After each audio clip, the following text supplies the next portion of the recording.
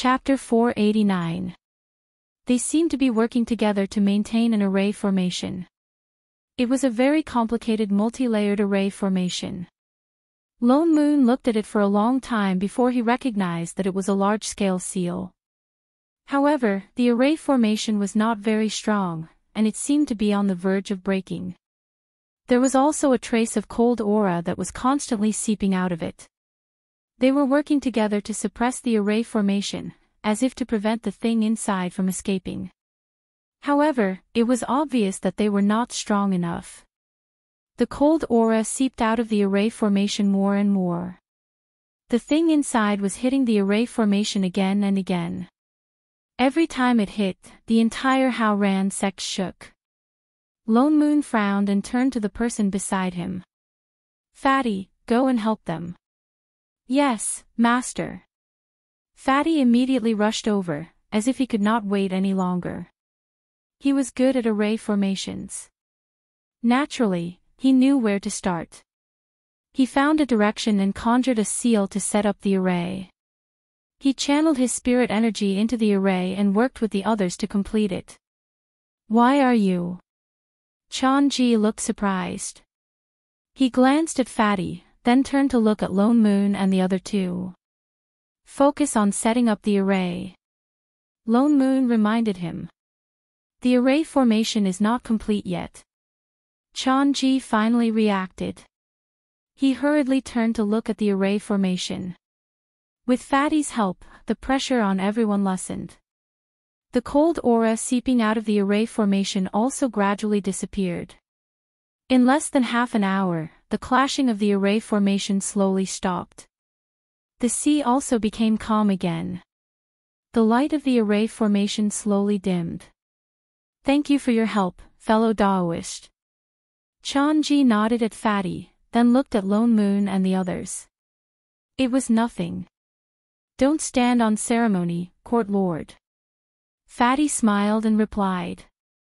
"May I ask, court lord, what is sealed in this array formation?"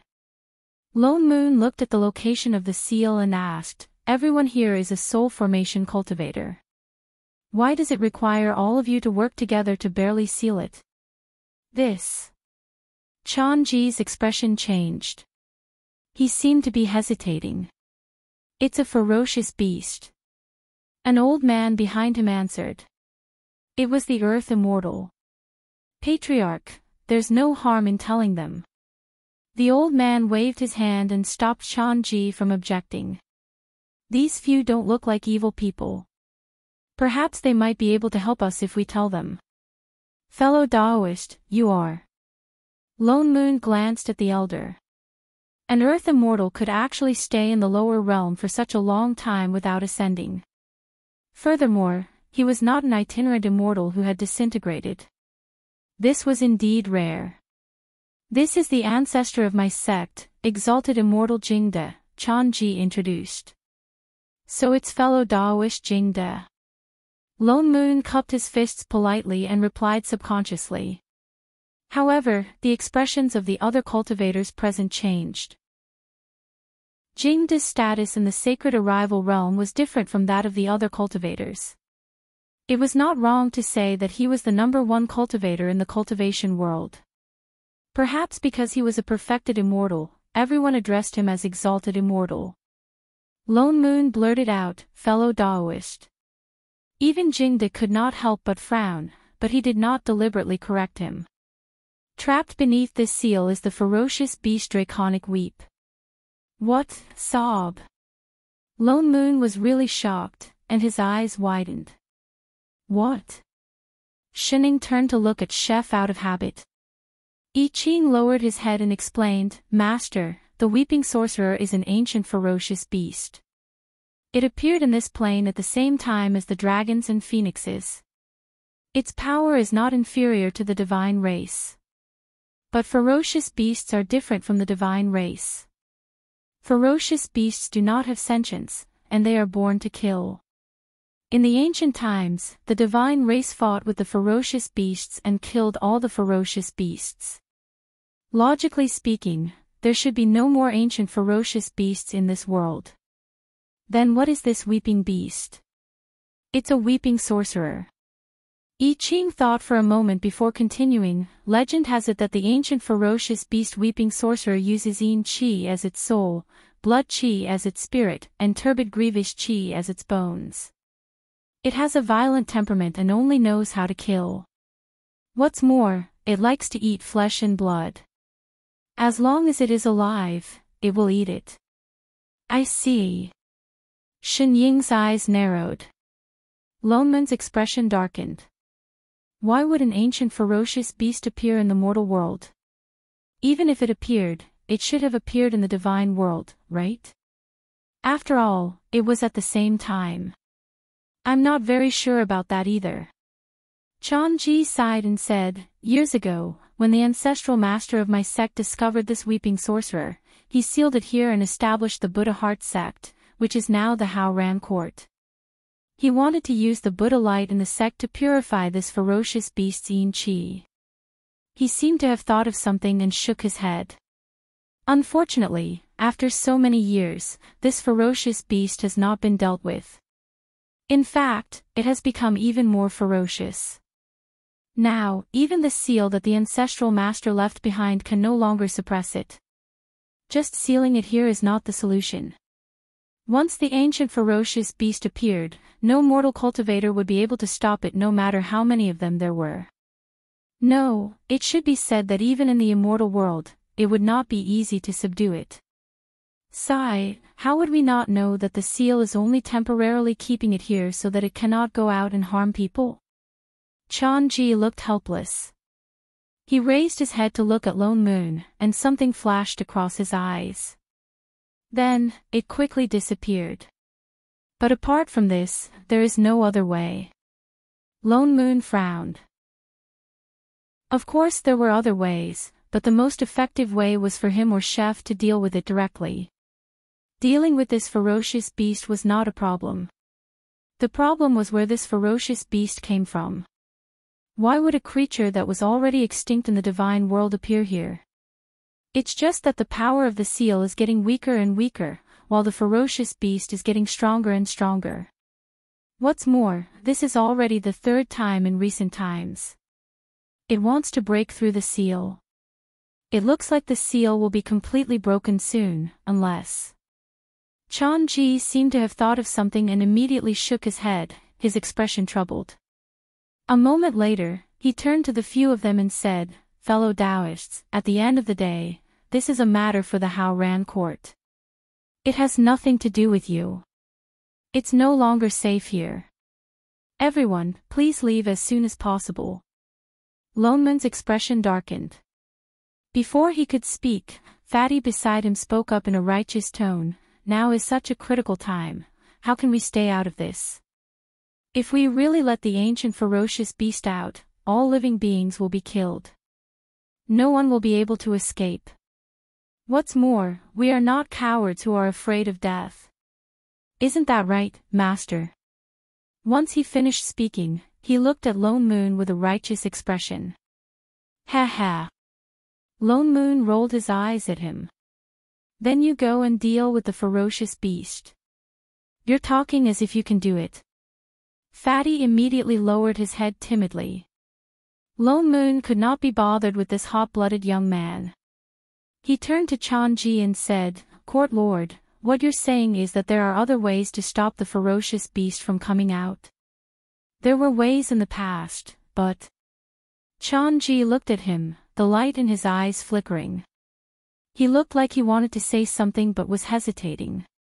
A moment later, he gritted his teeth and said, the array that seals the ferocious beast was created by the founding master of our sect. The method of setting up the array has been passed down from generation to generation. Naturally, we've learned all of it. Now that the ferocious beast has broken the seal, the most effective way is to reseal it. How do we reseal it? Lone Moon asked. Chapter 490. This seal requires 24 cultivators who are at least at the soul formation stage to set up different arrays at the same time. Our sect originally had 24 soul formation cultivators, but... Chanji pointed at the cultivators around him and continued, a few months ago, one of our cultivators died, causing a gap in the array. Although Patriarch Jingde can patch it up, there will be a gap when the new seal replaces the old one. If no one is guarding the place now, we will not be able to defend the array. If no one is guarding it, the beast will take the opportunity to escape. That's why we don't dare to reseal it. So... Loneman's expression darkened. You want us to guard you when you reseal it? I know that's a little too much, Chanji sighed. Chanji sighed and said, the ancient beast is really too dangerous. Although it's only for a moment, it's hard to avoid other problems. That's why it's always been our sex elder who personally guards the array. Sigh, everyone, please leave quickly. If it's just guarding the array, we're willing to try. Fatty quickly stepped forward and said, Court Master, we can't delay the sealing of the beast. Leave it to us. This. Chanji was still hesitant. Guarding the array is very important. Fellow Daoist Huizhe alone, I'm afraid, Fatty could only look at Lone Moon for help. Master, Chanji also turned to look at Lone Moon inquiringly. Lone Moon's eyes narrowed. After a while, he sighed and replied, including me and Chef, the three of us should be enough. Since Fatty had already agreed, Lone Moon could not reject. Then let's do it. Only then did Chanji look relieved. He cupped his fists and bowed solemnly to the few of them. This is for the sake of the world.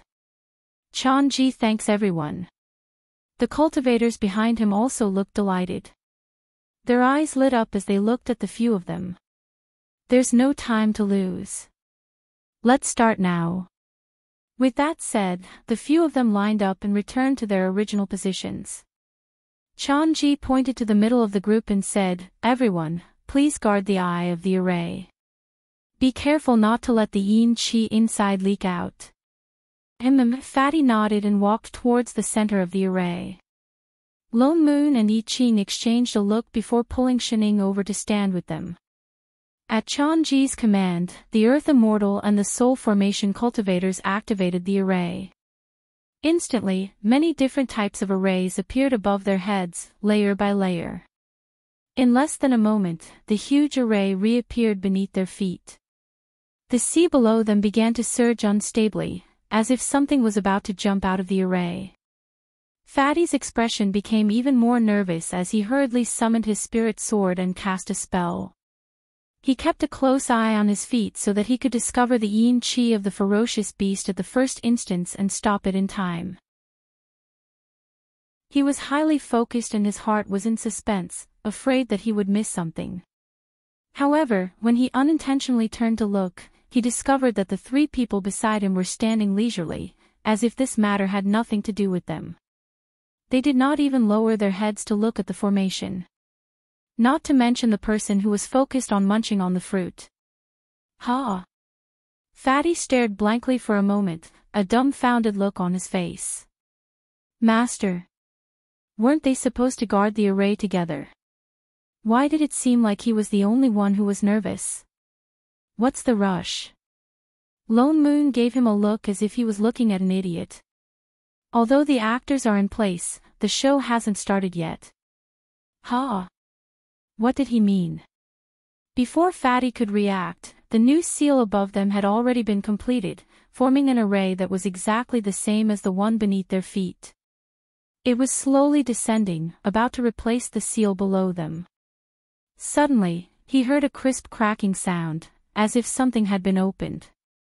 He saw that in the middle of the two overlapping arrays, a huge black hole had opened up. It was right in the middle of the array, right beneath their feet. In an instant, the entire sky was filled with yin qi, filling up the entire array. The seal had been opened. Not good. Fatty's heart jumped. He turned and shouted in Chanji's direction, Court Lord, the ferocious beast is about to. Before he could finish speaking, he saw Chanji suddenly smile at him. It was no different from before, but for some reason, it was filled with malice. Fatty felt a chill run down his spine, and a chill ran down his spine. Only then did he realize what was going on. In the next moment, the ground beneath their feet sank and their vision turned black. The few of them instantly fell into another world, and the array above them disappeared. Their surroundings fell silent. Only the familiar sound of someone chewing on a fruit could be heard. Lone Moon conjured a fire elemental spell to light up the surroundings. But it was only limited to the few of them. Everywhere else was still pitch black. Master. Fatty was still in a daze. He turned to look at Lone Moon, as if he was a wounded cub. What? Lone Moon rolled his eyes. Is this the first time you've been lied to? Don't worry, you'll get used to it after a few more times. What kind of logic was that? Fatty frowned, but for some reason, he did not feel that upset anymore. After a while, he said, Master, you're saying that court. Chanji was lying when he said that he was going to reseal the ferocious beast. He purposely locked us in here. The seal was indeed a lie, but the ferocious beast might not be the same. Ah! Fatty was stunned. Roar in the next moment, a loud roar resounded in his ears. A few meters away, two balls of red light suddenly appeared and floated towards them. Upon closer inspection, they realized that they were actually a pair of eyes. Beneath the eyes was a huge monster that they could not see clearly. Its entire body was black, and it was shrouded in layers of black chi. It opened its huge mouth and was about to bite the few of them. Fatty felt his heart sink. In the next moment, his entire body seemed to be frozen. He could not move at all. The overwhelming pressure seemed to be crushing him. He instinctively wanted to kneel down, but Lone Moon pulled him back and lifted him up. Seeing that the huge beast was about to bite him, I Ching was just about to act when Shining suddenly frowned. She said coldly, "It stinks." With that said, she suddenly raised her hand and slapped the beast. I told you not to breathe at people. Don't you have any F***king idea that you have bad breath? With a loud bang, the ferocious giant beast instantly smashed into the ground with a loud thud. A few crisp cracking sounds could be faintly heard, as if something was breaking. Ah, woo! The thick, indistinguishable chi on the ferocious beast's body instantly disappeared. Its head was directly stuck in the crack in the ground, unable to be pulled out no matter how hard it tried. It could only widen its pair of bloodshot eyes and look in the direction of the few people in horror. Its huge body trembled, and after a long time, it finally let out a weak cry, "Meow, Fatty, I Ching, Lone Moon, what happened to the ancient ferocious beast?" Chef silently kept his sword. If he had known, he would have done it earlier. He would not have troubled Master. Chapter 491. It was as if Fatty was meeting Shining for the first time. He scanned her from head to toe in disbelief. Was Miss Shin so powerful? As if sensing his gaze, Shining suddenly turned around and handed something over to him. With a serious expression, she asked, "Do you want some fruit?" Fatty paused. He looked at the fruit in her hand that was obviously bitten off. Why was she asking him to eat fruit again? Wait, could it be that she despised the fact that the beast had just spat on the fruit? Was that why she wanted to give it to him? No. Miss Shin was definitely not that kind of person. She must have seen that he was frightened, so she gave it to him to calm him down. She only gave him half of it because there was only one left. That must be it. No need. Thank you, Miss Shin. Fatty shook his head. Oh. Shining retracted her hand with a look of disappointment. Then, she threw it away, took out a new one and continued to chew on it. Fatty, he felt as if he had been stabbed somewhere. It hurt. Where are we? Shining asked. We should be underwater, Lone Moon replied casually. Then, he took out a pearl and their surroundings lit up. It was not just the few of them. Everything around them lit up. It was only then that the fatty discovered that they were indeed at the bottom of the water. They were surrounded by a bubble-like spirit formation. Lone Moon must have set up this array the moment they fell into the water. The bottom of the water was desolate. Apart from a trembling beast, there was nothing else. This place was not big. It was only a few 100 feet away. They could see the end of it at a glance. It looked like a body of water that had been specially created. Lone Moon controlled the barrier and brought the few of them to the bottom of the water. They looked around but did not find anything special. Master. Fatty looked at Lone Moon, who seemed to be looking for something. He could not help but ask, "When did you find out that Chan-ji was lying to us?" Looking at how calm they were just now, it was obvious that they knew Chan-ji's motive and came here on purpose. Lone Moon glanced at him and replied, "From the moment they told me that the beast in the seal was the sorrowful beast. Wasn't that right from the beginning?" Chan-ji acted like he did not want to implicate us, yet he did not hide the fact that the beast was sealed. Lone Moon snorted. He said he would send us away, yet he made it so clear about the seal. Isn't he obviously trying to drag us down with him? Even the disciple who said he would bring them down the mountain was brought here after Lone Moon had said a few words. It was obvious that it had been arranged from the very beginning. Did they think that he couldn't see through this trick of loosening the reins only to grasp them better? He kept saying that the seal was unstable a few months ago, but we only arrived at Howran Court a month ago. If he really didn't want to implicate us, why did he suggest for us to come here? Chan-ji to the sorrowful, Chan Long as he said, Chan-ji in Dao. Time as he, Chan Shao and time as well. Time as, tu. Sorrowful beast could destroy a small world. But this did not include the sorrowful beast. Chef had told him that the sorrowful beast was an earth beast. Earth beasts were connected to the earth veins of their habitat. Earth beasts could not leave their habitat. In other words, the sorrowful beast was a shut-in beast. Unless it was in danger, it would not come out. Others might not know about this, but Chef, who had inherited the divine heritage, knew it very well. This way, it was obvious that they were talking about the seal array. They were trying to lure them into the array. But I have no enmity with Howran Court. Why would they do this? Fatty still could not understand. Lone Moon scanned him from head to toe. What else could it be? Fatty paused and pointed at himself.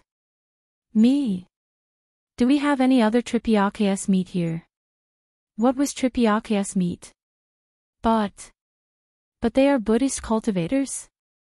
Fatty's eyes widened in disbelief. We can't be sure if they are real Buddhist cultivators. Lone Moon frowned. They must have other motives for locking us here. Let's find out what else is here apart from the beast. So the few of them looked around, but still did not find anything special. Chef, did you find anything? I Ching shook his head. We can see everything here at one glance.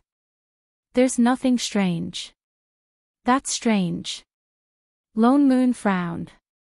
Why did they put in so much effort to lock us in here? Maybe they don't want to do anything. Shining suddenly said. The two of them paused and then reacted. That's right. Those people did not know what they were capable of. At most, they would think that they were soul formation cultivators. Under normal circumstances, if they came in and there was a beast inside, it was most likely that, at that moment, 3 pairs of eyes looked down at the beast below. The beast whose head was still stuck in the crack was shocked and shook even more violently. Meow meow meow. The corner of Lone Moon's mouth twitched. He raised his hand and conjured a chain.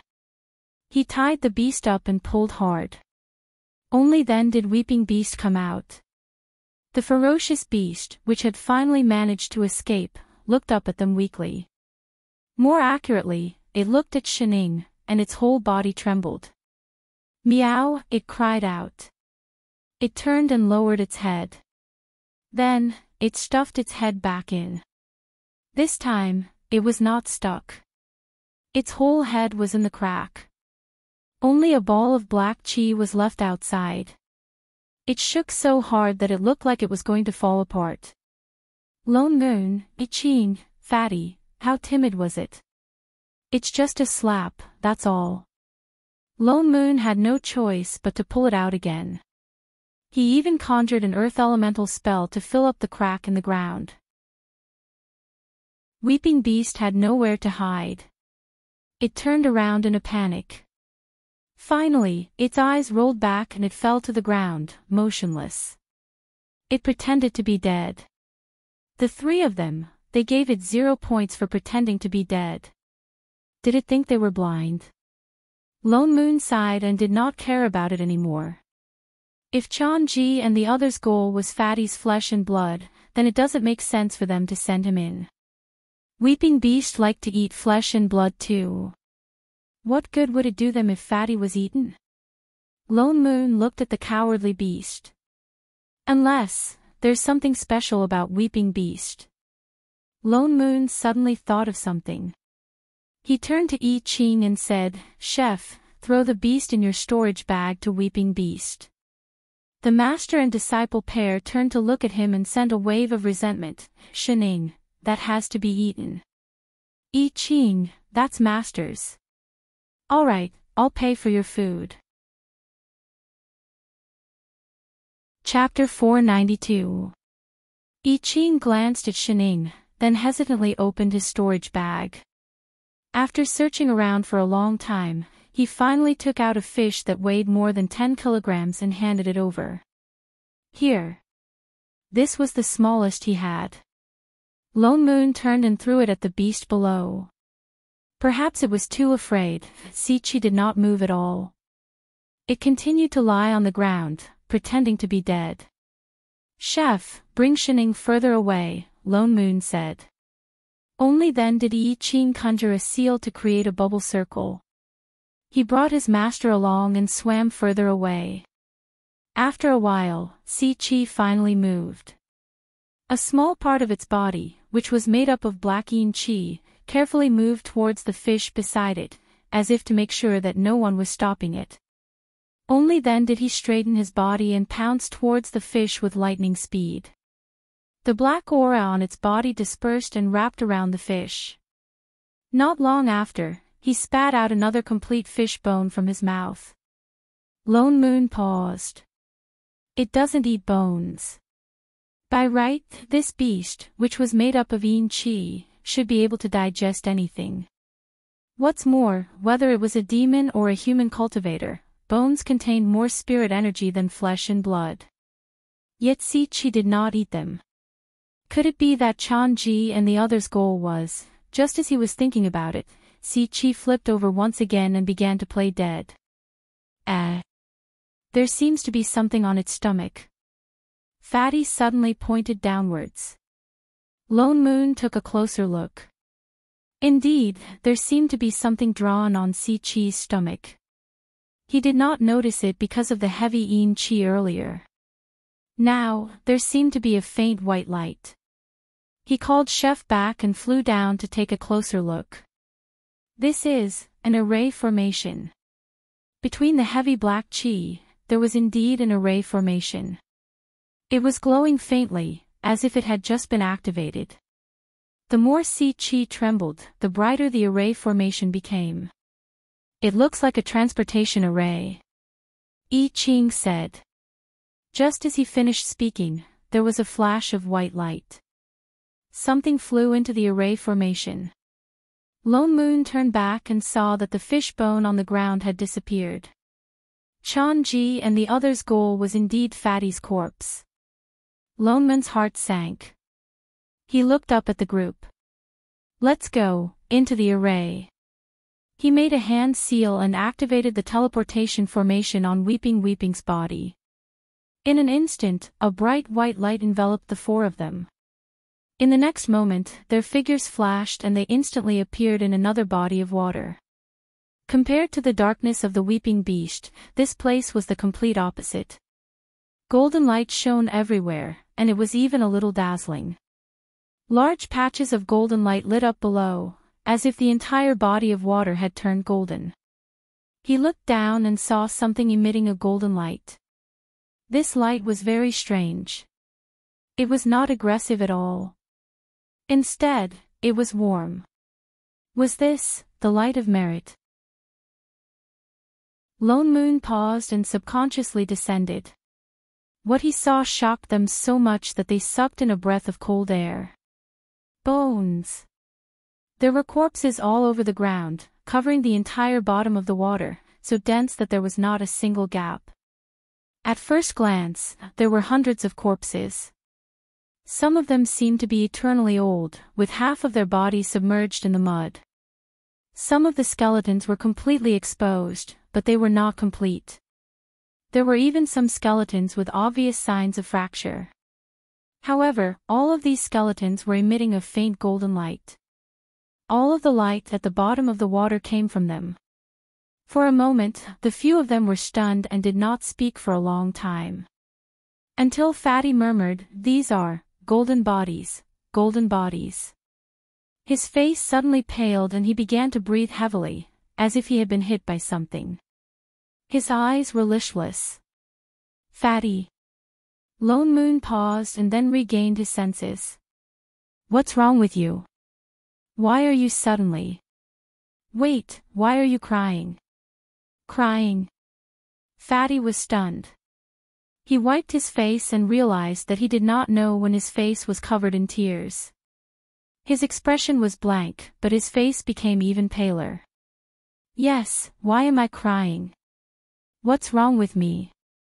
Master." Hey, Fatty, what's wrong with you? Don't scare me." He really looked too abnormal. I don't know." Fatty cried even harder, but his tears could not be stopped. They flowed more and more. He seemed to be unable to bear it and squatted down. "I don't know. I'm just. Miss Shen, why am I?" He subconsciously looked toward Shining, only to feel a strange emotion welling up in his heart. It was so heavy that he almost could not breathe. For some reason, he just wanted to cry at Shining. He also did not know why he looked for her, but he could not help it. "Shen.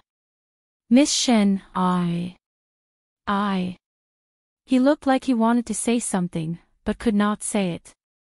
Shining looked straight at him, her eyes darkening.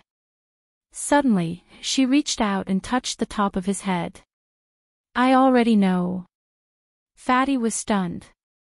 He only felt a trace of warmth coming from the top of his head. Only then did his chaotic thoughts calm down. The strange emotion in the bottom of his heart also dissipated. In the next moment, he slowly closed his eyes and fainted. "What's going on?" Lone Moon reflexively helped Fatty up. "What's wrong with Fatty?" Shining did not speak. Even Yi Qing's expression darkened at the side, with a hint of anger. "Chef." He could only look at Yi Qing. Yi Qing clenched his fists by his side, then said, "Father Nyo, a few days ago on an island near Haoran Court, I found many similar spirit herbs." "What spirit herbs?" Lone Moon was stunned. He did not understand why he suddenly said this. "Soul-nourishing grass." Soul-nourishing. Lone Moon's eyes widened. "You mean, those elixirs with soul-guiding powder in them came from Haoran Court?" "Yes." Yi Qing nodded. The uncrouped sea is full of yin qi. It is the most suitable place for soul-nourishing grass to grow. And the nearby islands are full of this kind of spirit herb. So only they could bear to add soul-guiding powder to ordinary elixirs. And only they had it. But what has this got to do with Fatty? Yi Qing's expression darkened. "Father Nyo, do you remember what happened to the cultivator that Master and I met?" That cultivator was not a reincarnated. Lone Moon stopped mid-sentence. He suddenly thought of something.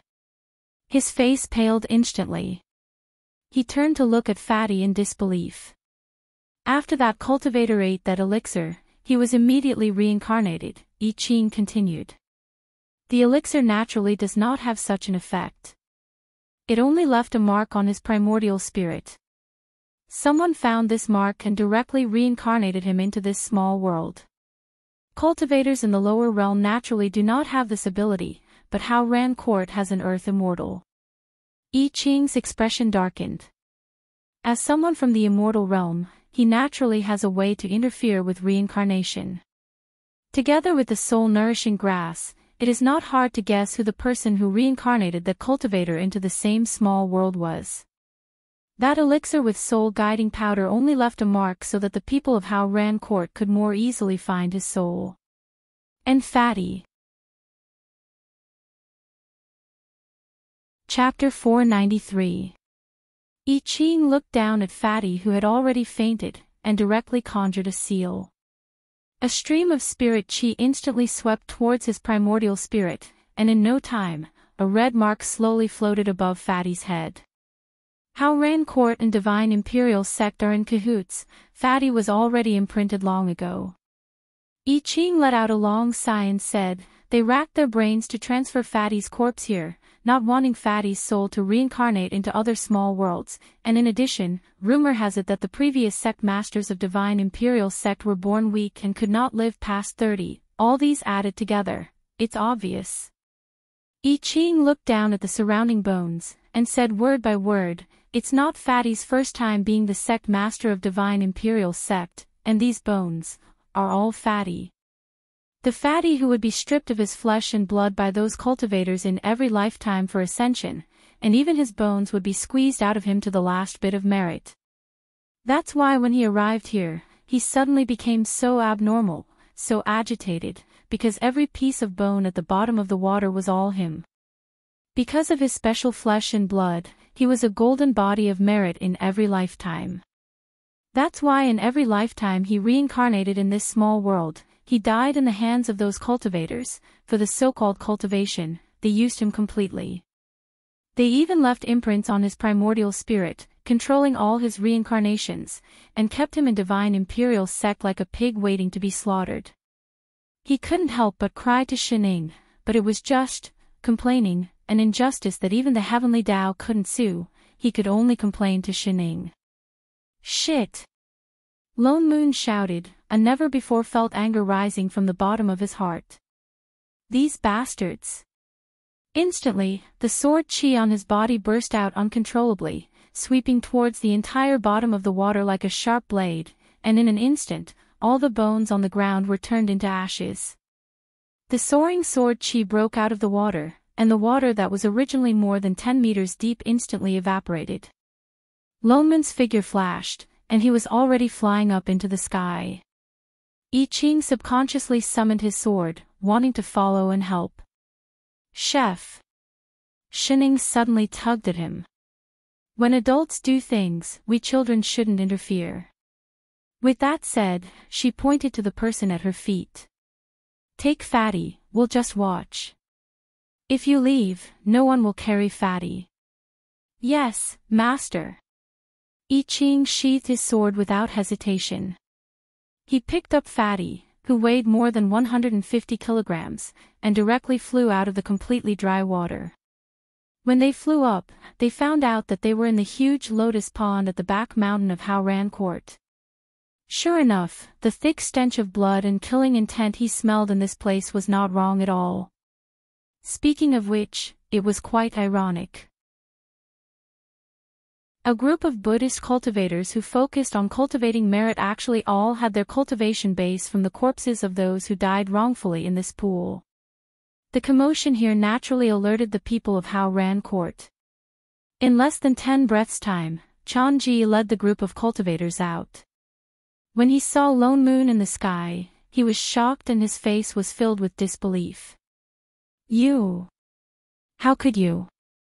Chanji's eyes widened. That's impossible. Humph. Lone Moon sneered. Are you surprised that you didn't get eaten by the beast as you wished? Don't worry, you'll be even more surprised. As soon as he finished speaking, he turned his hand and a sky full of spiritual swords instantly appeared. They densely occupied the entire sky and set up a sky full of swords. With a completely irresistible pressure, they blotted out the sky and covered the earth. Chan-ji's legs trembled. He lost his balance and fell from the sky. The other cultivators around him were the same. They were so suppressed that they could not even lift their heads. Who exactly are you? Chan-ji looked at the person in the sky in shock. The kind mask on his face was long gone. In fact, there was a vicious look on his face. This kind of power could not belong to an ordinary cultivator. Suddenly, he thought of something and widened his eyes. Could this person be someone from the upper realm? Who am I? I'm Fatty's master. Lone Moon's eyes turned cold. I'm not much of a person. I'm just very protective. Although he's a fatty, it's not your place to bully him. As he spoke, an even more powerful force descended. The people below could not withstand it. They felt their blood boil and spat out blood. Ayaya. Shining clicked her tongue in an exaggerated manner. She looked up at the furious Father Nyo and said, Father Nyo really treats Fatty differently. I Ching paused and hurriedly said, Master is right. Chan-ji could not hold on any longer. Just as his divine perception was about to be crushed by the suppressive force, a figure suddenly flew up from the mountain peak. Heretic cultivator, don't you dare be so arrogant. The patriarch of Haoran Court, Earth Immortal Jingde, rushed out and threw the Dharma artifact in his hand at Lone Moon. Instantly, a huge green umbrella appeared in the sky. It grew 10 times bigger and emitted a white light. It attacked Lone Moon. Immortal artifact. Lone Moon paused. He recognized that this was the umbrella that Divine Imperial Sect had taken out twice. They were indeed jackals of the same tribe. The anger in Lone Moon's heart rose once again. He waved the sword in his hand and a ray of sword chi flew towards the umbrella. Humph, you think you can defeat me dash, before Jingde could finish his sentence, the umbrella was cut in half by the sword. All the immortal chi disappeared and the umbrella fell to the ground. Lone Moon had not liked this umbrella for a long time. It was clearly a piece of trash. How many times had it appeared? Jingde's eyes widened in disbelief. His immortal artifact was immediately hit by a huge pain in his chest. The backlash from the destruction of his Dharma artifact hit him. His chi and blood flowed in reverse and he spat out a mouthful of blood. He could not even fly his sword and fell to the ground with Chan-ji and the others. Humph, what kind of trash dares to call itself an immortal artifact? Lone Moon's mocking mode was on full display. I'll show you what a real immortal artifact is. With that said, he turned his hand and a huge golden bell appeared in his hand. It grew bigger instantly. I Ching, who was watching the show from below, stiffened. Frowning, he asked, Master, Father Nyo's is a divine artifact, right? This was obviously the divine refining bell, one of the 10 great divine artifacts. Although this was obviously a replica that Father Nyo had Sun Shu make, it was still a divine artifact. Shining patted his shoulder. Hey, if Father Nyo says it's an immortal artifact, then it is an immortal artifact, right? Master is right, that is an immortal artifact. Fatty, who had just woken up, the divine refining bell had already fallen. I Ching hurriedly brought his master and the 150-kilogram Fatty out of Haoran Court. They hid further away. In the next moment, there was a series of rumbling sounds. Under the immense pressure, a large portion of the originally magnificent palace collapsed. The entire mountain of Haoran Court began to collapse, falling into the sea below as if it was falling apart. Just as Chan-ji and the others were about to be crushed under the bell, a golden light flashed. The falling divine refining bell suddenly stopped in midair. Ha! Chapter 494. Lone Moon frowned. He saw that the golden light was coming from the people of Howran Court. The cultivators paused, then a look of joy appeared on their faces. It's the light of merit. We have merit on us. Heretic cultivator, don't even think about hurting us. Merit? Lone Moon immediately thought of the pool of corpses. The anger in his heart grew. Stealing merit counts as merit. He turned his hand and used his assistant's ability. Suddenly, the golden light on everyone's bodies turned into thousands of golden spots that flew into Lone Moon's palm and turned into a golden ball. Lone Moon glanced at it. The golden ball flashed twice and disappeared. He then looked up at a certain spot in the sky. Don't give this kind of thing to people randomly. Suddenly, thunder rumbled in the sky. As if responding to him, there was an inexplicable sense of grievance. And the people below who had lost their merit seemed to have torn off some kind of disguise. Suddenly, ugly black lines started to crawl all over their bodies. This was a sign that they were turning into demons. How? How is this possible? Chan-ji's eyes widened. That person looked like a cultivator. How could he take away their merit so easily? His face was full of fear. He thought of something and shouted to Jingde, Patriarch, he's from the upper realm. He must be from the upper realm. Quick, get the immortal supremacy. Jingde paused. Then, his eyes lit up. He seemed to have reacted. He hurriedly took out a purple talisman and forced himself to inject the last bit of spirit energy into it. He shouted, I beg the immortal supremacy to descend and protect the disciples of Howran Court. The other disciples followed suit and shouted, I beg the immortal supremacy to descend and protect the disciples of Howran Court. Lone Moon, who was about to continue activating the divine refining bell, paused. From the looks of it, Fatty's matter had something to do with the immortal realm. With a thought, he kept the bell. All right. He waited to see which bastard from the immortal realm it was. Chef! Shining, who was nibbling on a fruit, suddenly said, Open the realm gate. Master. I Ching was confused. But this realm gate is locked by the heavenly Tao. If we force it open, you can open it now. I Ching paused, then seemed to think of something and nodded. Yes, Master. He raised his head and glanced at the sky. With just a thought, the nomological power that was locking the realm gate up above instantly dispersed, and the realm gate opened. Almost at the instant the realm gate returned to normal, a ray of heavenly light shone down from the sky. It was as if a door had opened up in the sky. The celestial chi that filled the sky immediately surged into this small world. In an instant, even the half-collapsed Howran Court spirit plants began to grow wildly, covering the entire ruins. It's the Immortal Venerable.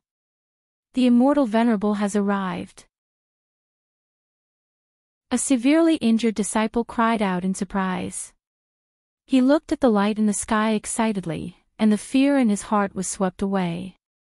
Even Chan-ji and Jingde looked excited, as if they were about to make a comeback. At the same time, an ethereal voice came from the sky. Who dares to bully my disciples and grand-disciples? Lone Moon's eyes narrowed. Suddenly, he felt that he had hit them too lightly just now. He should let them know what it meant to feel fear from the bottom of the cultivation world. The light in the sky grew brighter and brighter. A moment later, a figure with immortal chi appeared in the sky, hidden among the clouds. Accompanied by the heavenly voice, the figure floated down slowly. Lone Moon's mouth twitched. He was getting impatient from waiting. He could not help but scold, What are you waiting for? If you want to come down, then come down. Why are you playing background music for yourself? With that said, he activated the sword array in the sky and threw it towards the sky. In an instant, the sword array wrapped around the foot that had just appeared in the sky and pulled it down. The so-called immortal supremacy in the sky suddenly fell like a kite with a broken string, crashing onto the ground. And you guys. Lone Moon continued to look up at the sky. If you want to come down, then come down together. With that, the sword array in the sky surged into the entrance of the sky. The next moment, the sky seemed to be filled with dumplings. Dong, dong, dong, one after another, a series of people fell from the sky, crashing into the group of old and weak people in Haoran Court. Some of them could not dodge in time and were hit squarely. Chanji, Jingde, everyone, what was going on? What just happened? How dare you? Among the immortals who were pulled down for no reason, the one with the highest cultivation level immediately regained his composure. Immortal chi exploded from his body. Who dares to plot against me? Yo! An acquaintance. I didn't expect. Lone Moon flew down and looked at the immortal who had just spoken. Country Emperor Yutsang, long time no see. The person who had come was the Emperor of East Sui, Yutsang, who had gone to Invincible Sect to report that something was wrong in the lower realm. Lone Moon did not expect that he would interfere in Fatty's matter. He suddenly remembered the sudden rise of East Sui in the Bo Sea. Now it seemed that the chaos in the rules of this small world was caused by them. More than half of the cultivators from East Sui who had ascended from this small world were probably related to Fatty's many past lives. Young Emperor. Lone Moon. Yutsang paused. His face paled as he recognized the person in front of him. Instinctively, he looked around and found I Ching standing nearby. Celestial Emperor I Ching. How is this possible? The realm gate just. Did you just open it? Lone Moon's expression darkened. Yutsang, do you think we don't know why the realm gate was closed? Yutsang lowered his head. A hint of panic flashed across his eyes. The people of this small world do not follow the right path. They use the blood and flesh of others as sacrifices to increase their cultivation level. They are delusional enough to hide from the heavens and cause the realm gate to close. Lone Moon scanned the people from Haoran Court, then looked at Yutsang and the others. If I'm not wrong, there are many immortal cultivators from East Sui who use this method to ascend. Yutsang's expression changed, but he forced a smile. Young Emperor Lone Moon, what are you talking about? We came to the lower realm today because the realm gates suddenly opened. We wanted to find out what was going on. What blood and flesh sacrificed to hide from the heavens? I don't know. Does Country Emperor you really think that we don't know anything? Did these people ask their own immortal supremacies to open the heavenly gate just now? I do have subordinates who are Buddhist cultivators from this sect. But that has nothing to do with me. I have no idea what they are doing in the lower realm. Yutsang still refused to admit it. He looked at I Ching in the distance with some fear.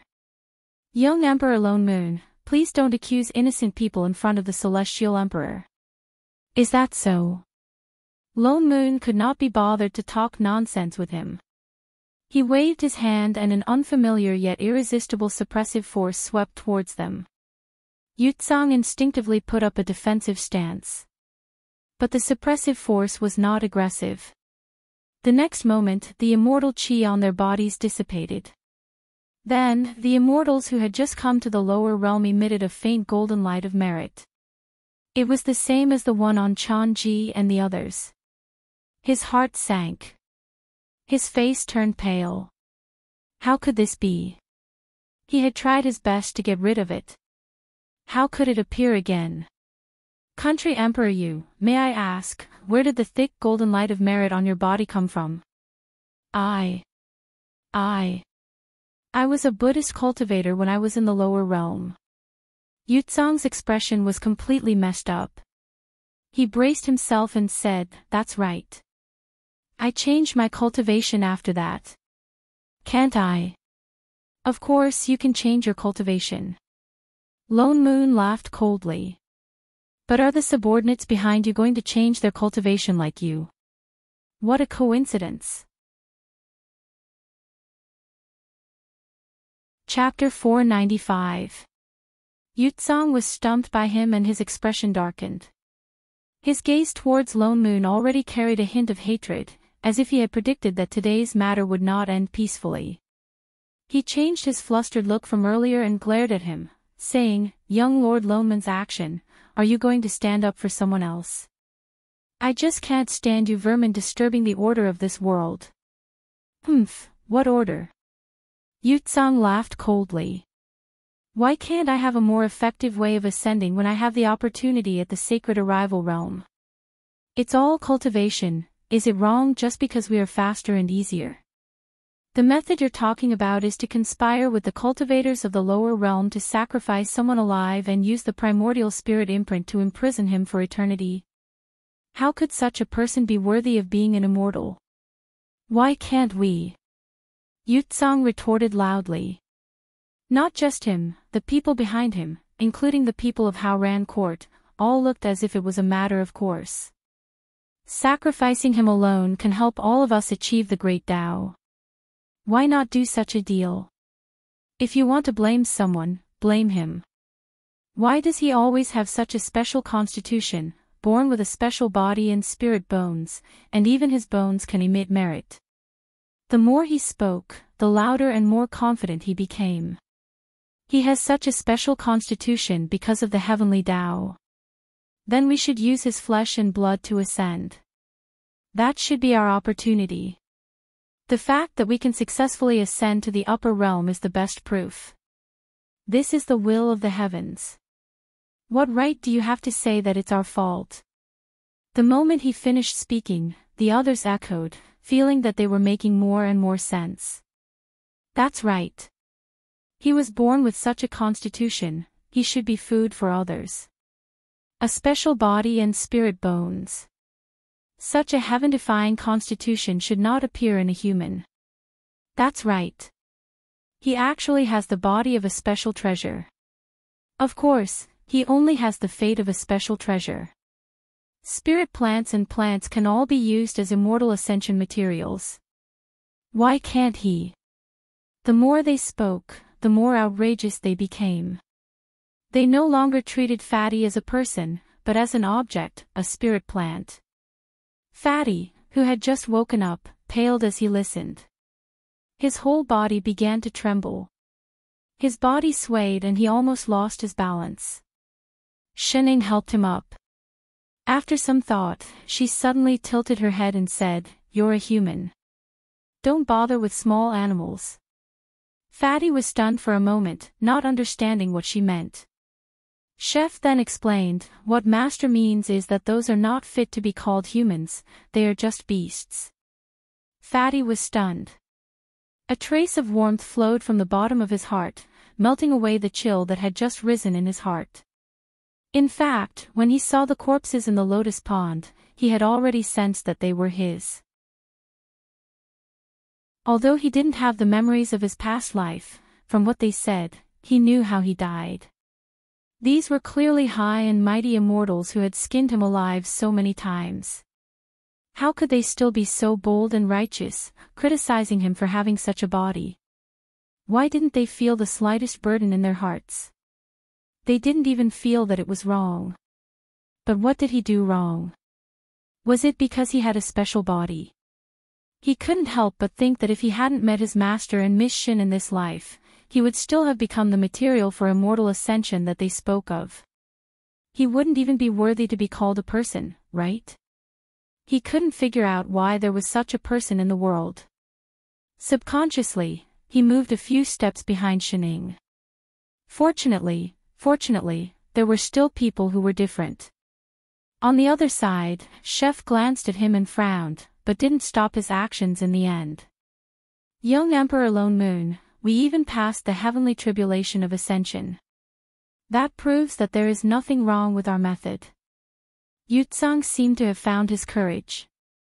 He even glanced at Yi Qing in the distance. Something that even the heavenly Tao doesn't care about is, who said that the heavenly Tao doesn't care? Loneman's expression turned cold. He interrupted him directly. Do you really think that the heavenly Tao will be so blind to let you off after the disgusting and immoral things you have done? What do you mean? Yutsang was stunned. A trace of panic flashed across his eyes. But he felt that Lone Moon was bluffing. After all, Celestial Emperor Yi Qing didn't speak from the beginning to the end. He probably didn't want to interfere with mortal affairs. As long as he didn't come out, and it was just young Emperor Lone Moon alone, he might not be afraid. Didn't you suspect the heavenly Tao? Lone Moon's smile became even colder. This group of people had completely disgusted him. Then I'll let you see what heavenly punishment is. Damn it. If he didn't beat them up until they couldn't take care of themselves, his surname wasn't Nyo. He couldn't be bothered to talk nonsense with them. He raised his hand. Instantly, a familiar pressure went towards them. Before Yutsang and the rest could react, they felt their bodies lighten. It was as if something was pulled out from their bodies. Looking closely, they saw that the golden light that was originally wrapped around them had all turned into spots of light. They floated towards Lone Moon and then disappeared. Yutsang was shocked. Those merit came from the flesh and blood of that special person in the previous life. After they ascended, they tried all kinds of methods but to no avail. They could only hide it. They didn't expect Lone Moon to take it away so easily. Although merit was useful, in the upper realm, so many of them had the golden light of merit. It was indeed too eye-catching. Now that it was gone, it was to his liking. Although he didn't know what Lone Moon's goal was, he couldn't help but feel ecstatic. But the next moment, his heart sank again. Lone Moon directly summoned the sword array that filled the sky. Only this time, it wasn't the sword array that was condensed from spirit chi. Instead, it was immortal chi. There was a fire in his heart. He didn't plan to hold back. In an instant, the entire heaven and earth was filled with sharp sword chi. Young Emperor Lone Moon is forcing us to make a move. Yutsang's face darkened. He totally didn't think much of Lone Moon. The people behind him exchanged glances. One by one, they summoned their Dharma artifacts and directly flew over. Lone Moon snorted. With a turn of his hand, the fan in his hand instantly turned into a long sword. Just as he was about to attack, he suddenly stopped. What are you doing? He raised his head to look at the sky. What was wrapped around his hand was the power of the rule. At the same time, the surroundings darkened. Large patches of thunder clouds suddenly appeared strangely in the sky. Layers and layers of thunder clouds suddenly appeared in the sky. Not a single ray of light could be seen. Between the layers of clouds, lightning of various colors flashed continuously. It brought with it a terrifying coercion of heaven and earth. Yutsang and the rest were stunned. They were shocked by the sudden appearance of the lightning tribulation that covered the entire sky. They stopped in mid-air and didn't dare to move. The coercion of heaven and earth above the clouds was really too terrifying. It was as if it was going to destroy heaven and earth. Even Yutsang had the urge to kneel down and worship under this kind of pressure. But this was a different scene in Lone Moon's eyes. There was no coercion of heaven and earth at all. Instead, from the layers of thunder clouds, he felt a trace of excitement. Even the power of the rule wrapped around his hand became exceptionally lively. It was as if there was a tiny voice constantly pleading in his ear. Let me do it, let me do it, let me do it. Let me kill them. Chapter 496. The corner of Lone Moon's mouth twitched. All right, the heavenly Tao had tolerated it for a long time. Looks like I don't have to do anything. So he kept the sword array and scanned the crowd below. "Alright, I'll see how the heavenly Tao takes care of you vermin." With that said, he turned and flew back in the direction of Shining and the others. He squeezed into Chef's boundary, took out a chair and sat down. Almost at the same time that Lone Moon sat down, the realm gate that had just been opened closed with a snap.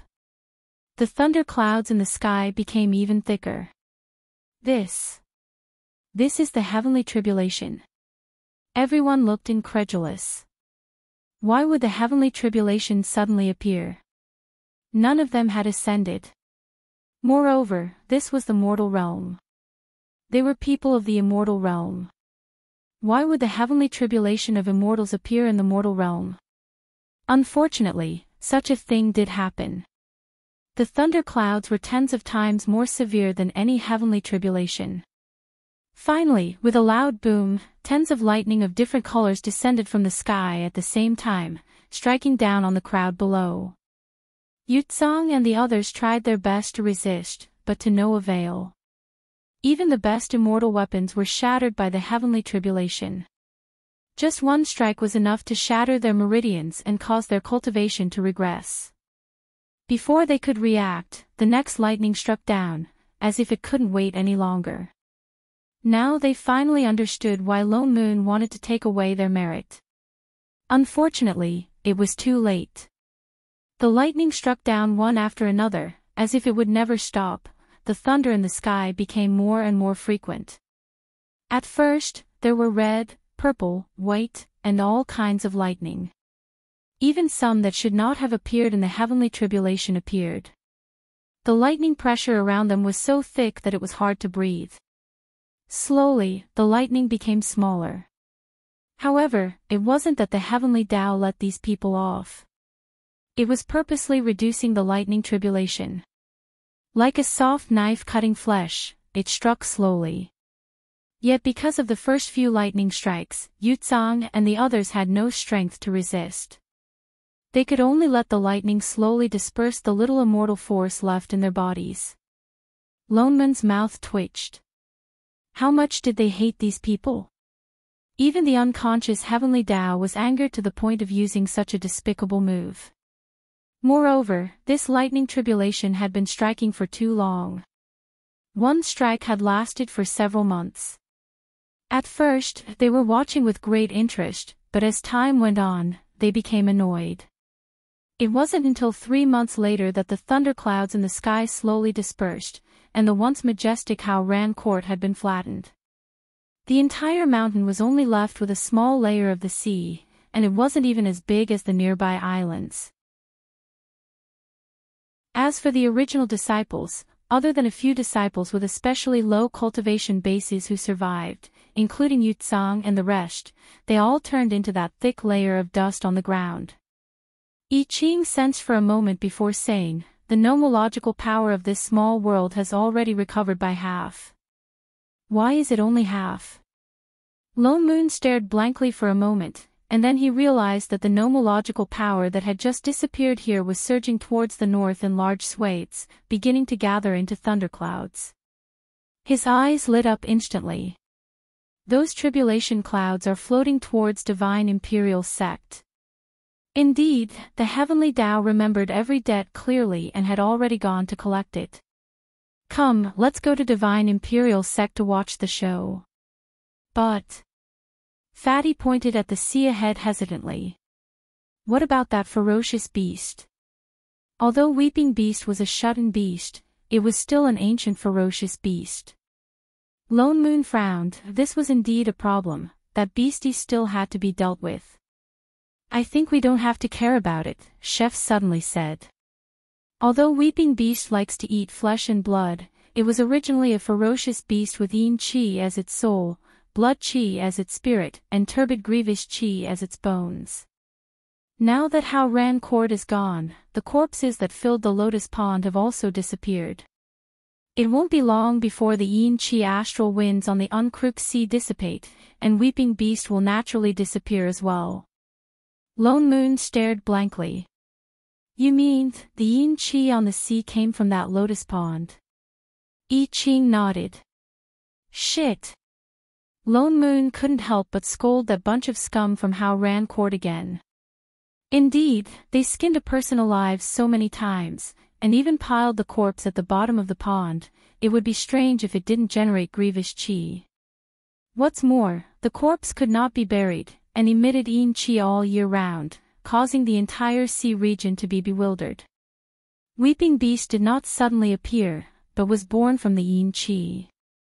And the reason why the nomological powers of this world were in chaos was also very clear. Yutsang and the others used the flesh and blood of Fatty's many previous lives as sacrifices, causing the heavenly Tao to mistakenly think that they were Fatty, and to raise their cultivation and ascend to the immortal realm. By the time the heavenly Tao realized that something was wrong, it was already too late. What's more, the heavenly Tao did not have sentience. At most it was a super calculator that specialized in recording the rewards and punishments of living beings. After such a number of times, it naturally froze. In a situation where there was no other effective solution, it could only directly lock the realm gate to prevent more such situations from happening.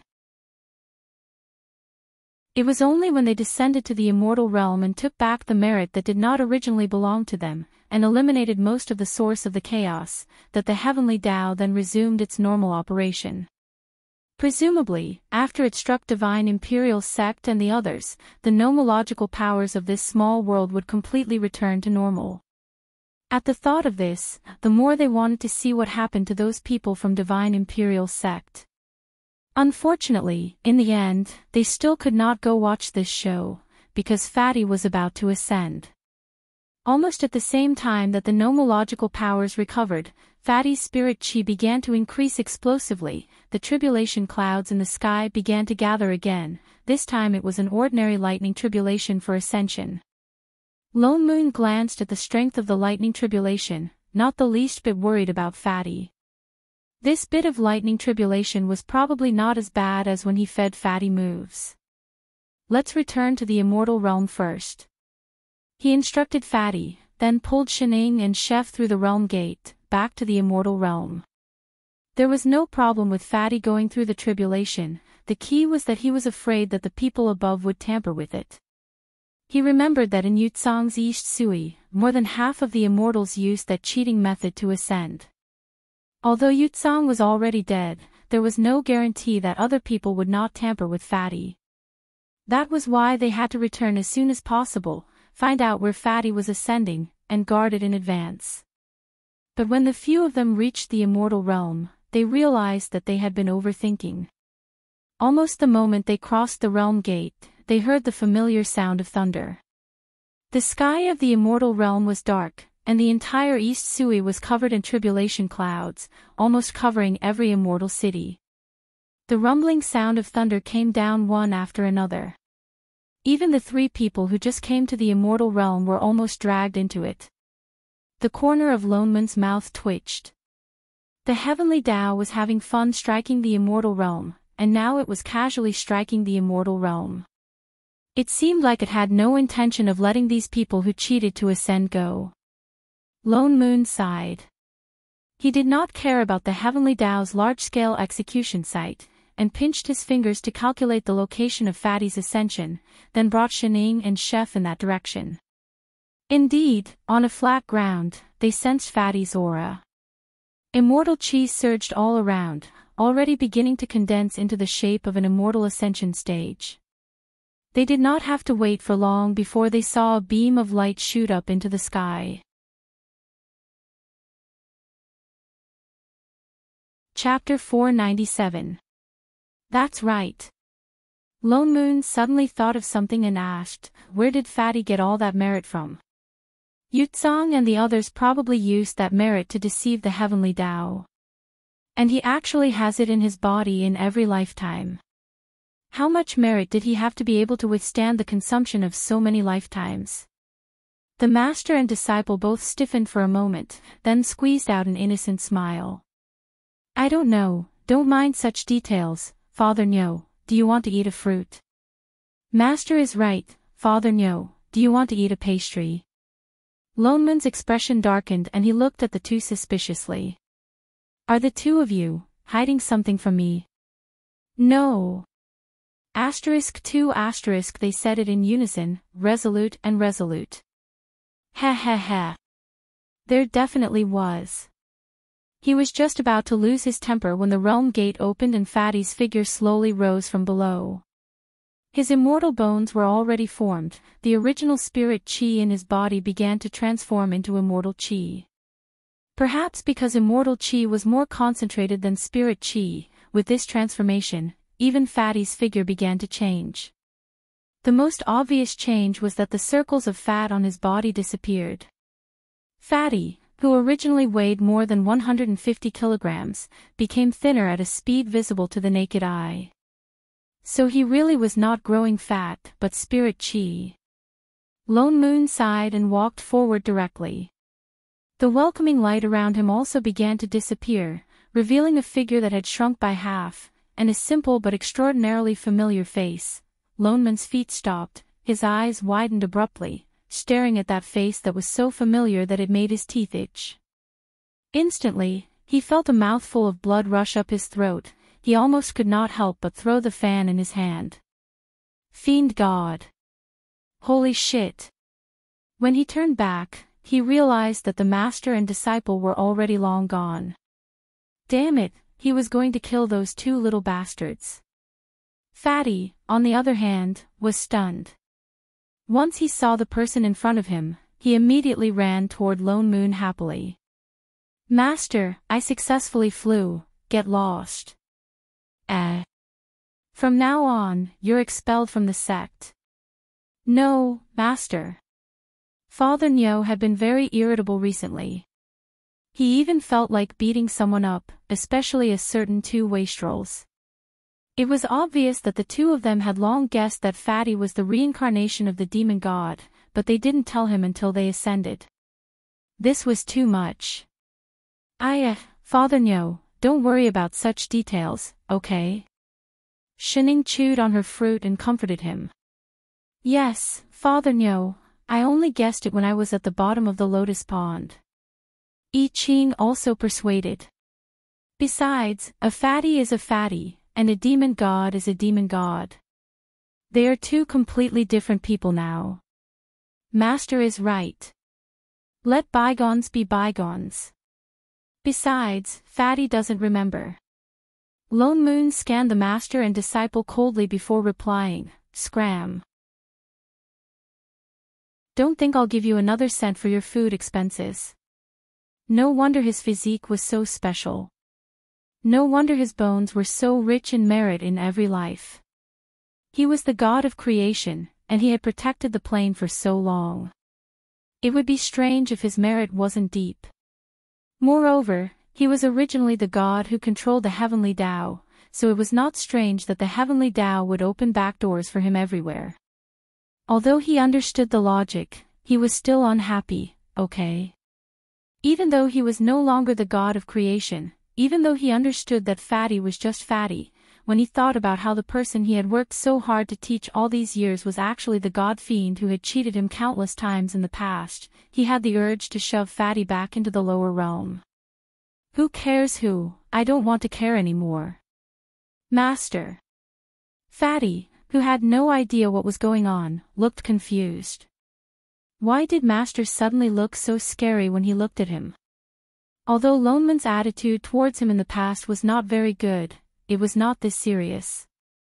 In fact, if Fatty made any big movements, he would receive a 360-degree death stare from Master. Could it be that the situation of his immortal ascension was wrong? Or did he miss something? Fatty's heart was bitter.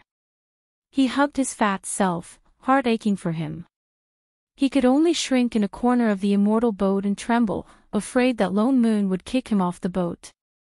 Perhaps because the pressure was too great, and in addition to the fact that he was hiding in a corner, there was nothing else to do other than cultivate. Fatty shrunk back, and returned to his original size. And he seemed to be a few kilograms heavier than before. Shening, Ching, even though he was not broad-minded, he was still fat. He was indeed a bull. Perhaps it was because his current image was too different from that treacherous god-fiend of the past. Lone Moon's anger finally subsided a little. His expression also softened a little. At least he did not want to throw Fatty off the boat every now and then. Seeing this, Fatty suddenly understood something. So the reason why Master was angry was because he had lost so much weight. Was that why Master felt sorry for him? At that moment, Fatty's heart was filled with gratitude. He silently decided in his heart that he was determined to maintain his figure from now on. He no longer looked at Lone Moon with fear in his eyes. No matter how cold and cruel Fatty stared at him, Fatty looked back at him passionately. His eyes sparkled. Lone Moon could not help but feel a chill run down his spine. Goosebumps rose all over his body. Could Fatty's brain have gone haywire after being beaten up by him? Humph. The god fiend was indeed a pervert. Fatty ascended to the East Sui country. As they were not in a rush, the few of them took the immortal boat back to the invincible immortal palace in the 9 heavens. Although they had stayed in the lower realm for many years, due to the time difference, they had only left for less than 2 days. After arriving in the upper realm, they were delayed for quite a long time. Lone Moon originally wanted to hand Fatty over to Yu Hong. After asking, he found out that Yu Hong had gone to another continent to do business. Even Siyu was not around. They had no choice but to return to the back of the palace to rest. Once they entered, they found a pile of all kinds of small animals in front of them. They were stacked on top of each other, filling up the entire courtyard. They could not even see the door. From time to time, they could hear a few pitiful cries. What is this? Lone Moon's expression darkened. Who put all these animals here? Wait, why were these animals faintly emitting blue god power? These are divine beasts.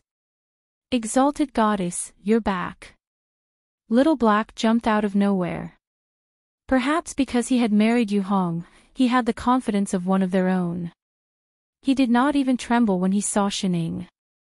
He glanced at the animals in the house.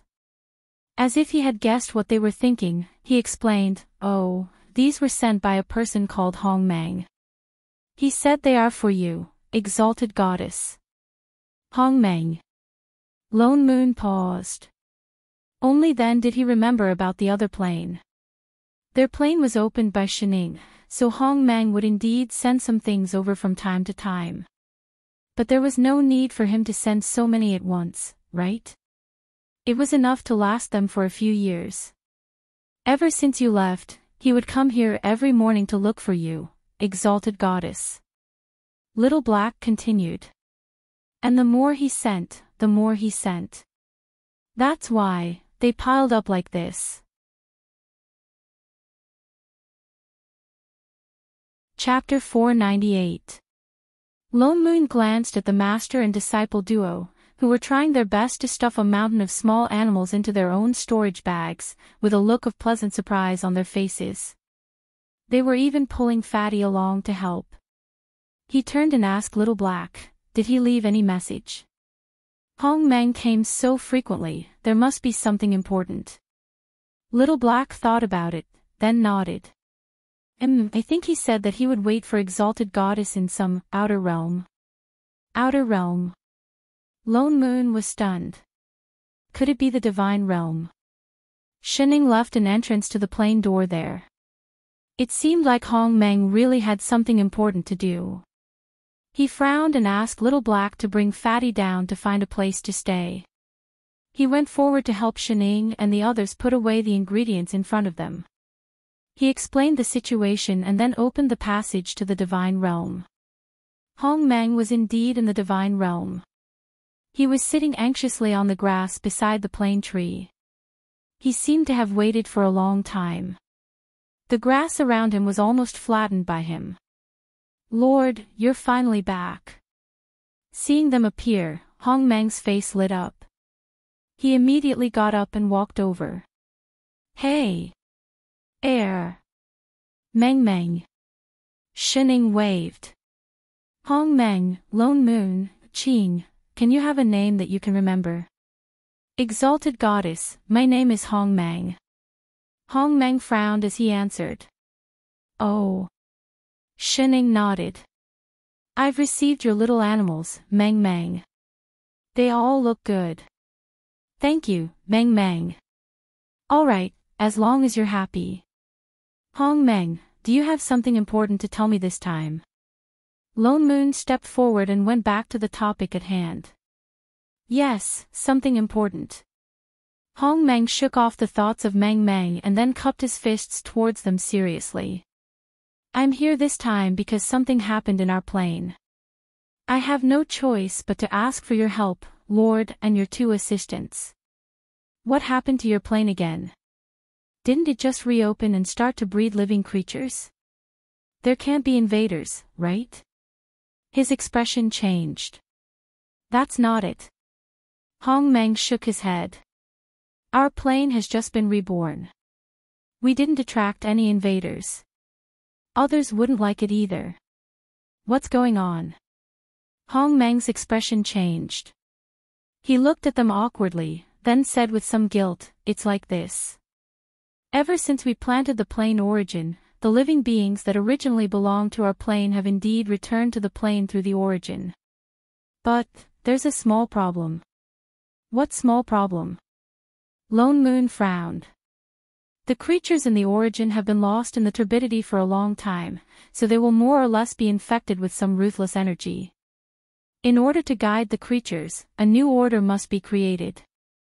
However, ancient gods of creation like us cannot directly interfere with the matters of the plane. Thus, the other 12 decided to enter the cycle of reincarnation and reincarnate as ordinary creatures to guide everyone. And then, there was a small problem. Hong Mang looked anxious again. After they reincarnated, they lost their memories. Although I'm guiding them in the dark, I'm not strong enough and I can't take care of everything. Plus, I can't interfere directly, so the new order has never been established. He looked up at the 3 expectantly. The planes of the few lords have stabilized now. So may I be so bold to ask the 3 of you to follow me there and help me one more time?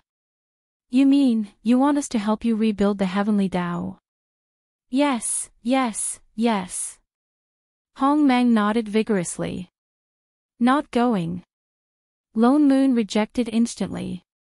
Ah. Ah. Hong Mang was stunned. His expression fell. That's your own plane's matter. Solve it yourselves. Did he really think they were doing charity?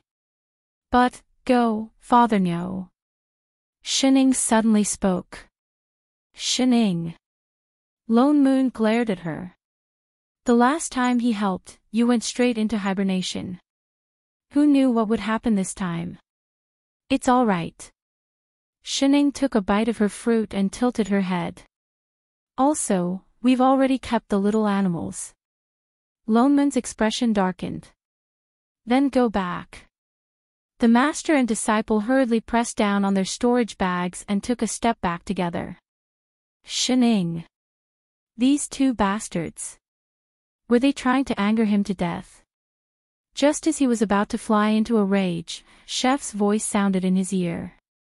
Father No, do you remember what Senior Shenjing said when Master took over this plane? Lone Moon glared at him and replied casually. What has that got to do with this? Didn't Shenjing strongly oppose her taking over? She even said that if she really wanted the plane, she might as well split it herself. He stopped halfway and widened his eyes. Holy shit. Are you serious? I Ching nodded seriously. That plane wasn't formed naturally. It was split by Master. Which means that Master is actually the manager there. Although we're not the plane's assistants, if something happens there, it would affect Master too. Damn it. Shining was such a hands-off boss. Wasn't it enough to dump one plane? Was she going to dump another one? Lone Moon took a deep breath and suppressed the anger in his heart. Which meant that they had to care about this. Father No, why don't you eat a fruit to calm down? Shining hurriedly handed a fruit over. Lone Moon glared at her. Don't give me a green one if you can. Do you think I'm fatty? Air. Shining could only shrink back. All right. Lone Moon then turned to look at Hong Mang. We'll help you one more time. Hong Mang's face was wild with joy. Although he didn't know why he suddenly changed his mind, he still cupped his fists and bowed solemnly. Thank you, sirs. He hurriedly turned and opened the plane gate, as if afraid that they would change their minds. Chef! Shining suddenly turned and said, Call Fatty over too. Yes, master. Wait. Lone Moon faltered. Why do you call Fatty? Yet I Ching's figure flashed. In the next moment, he had already pulled the confused Fatty back. He has experience. Shining replied. Lone Moon still didn't agree. He did have experience in the past, but now he's already no longer a god fiend. Before he finished speaking, Shining suddenly raised her hand and pointed at Fatty's head. The thick immortal chi on Fatty's body suddenly disappeared. Instead, it faintly revealed an even more shocking aura, just like Hong Mang beside him. Shining regained Fatty's ability as a creation god. The corner of Lone Moon's mouth twitched. Alright, as long as you guys are happy. Only Fatty, who didn't know what was going on, looked confused. He looked around and then at the few of them. Where was this? What just happened? Let's go. Go. To where? Who can explain this to me? The three people in front had already turned and walked through the glowing white door. Fatty looked around and had no choice but to follow them in. The white light flashed in front of them, and the world in front of them changed. Before the few of them could see clearly, they heard a rumbling sound beside their ears. Something was smashing straight towards them.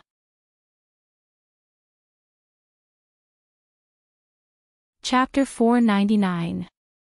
The array formation around them was instantly activated, and a layer of transparent defensive array directly enveloped them inside.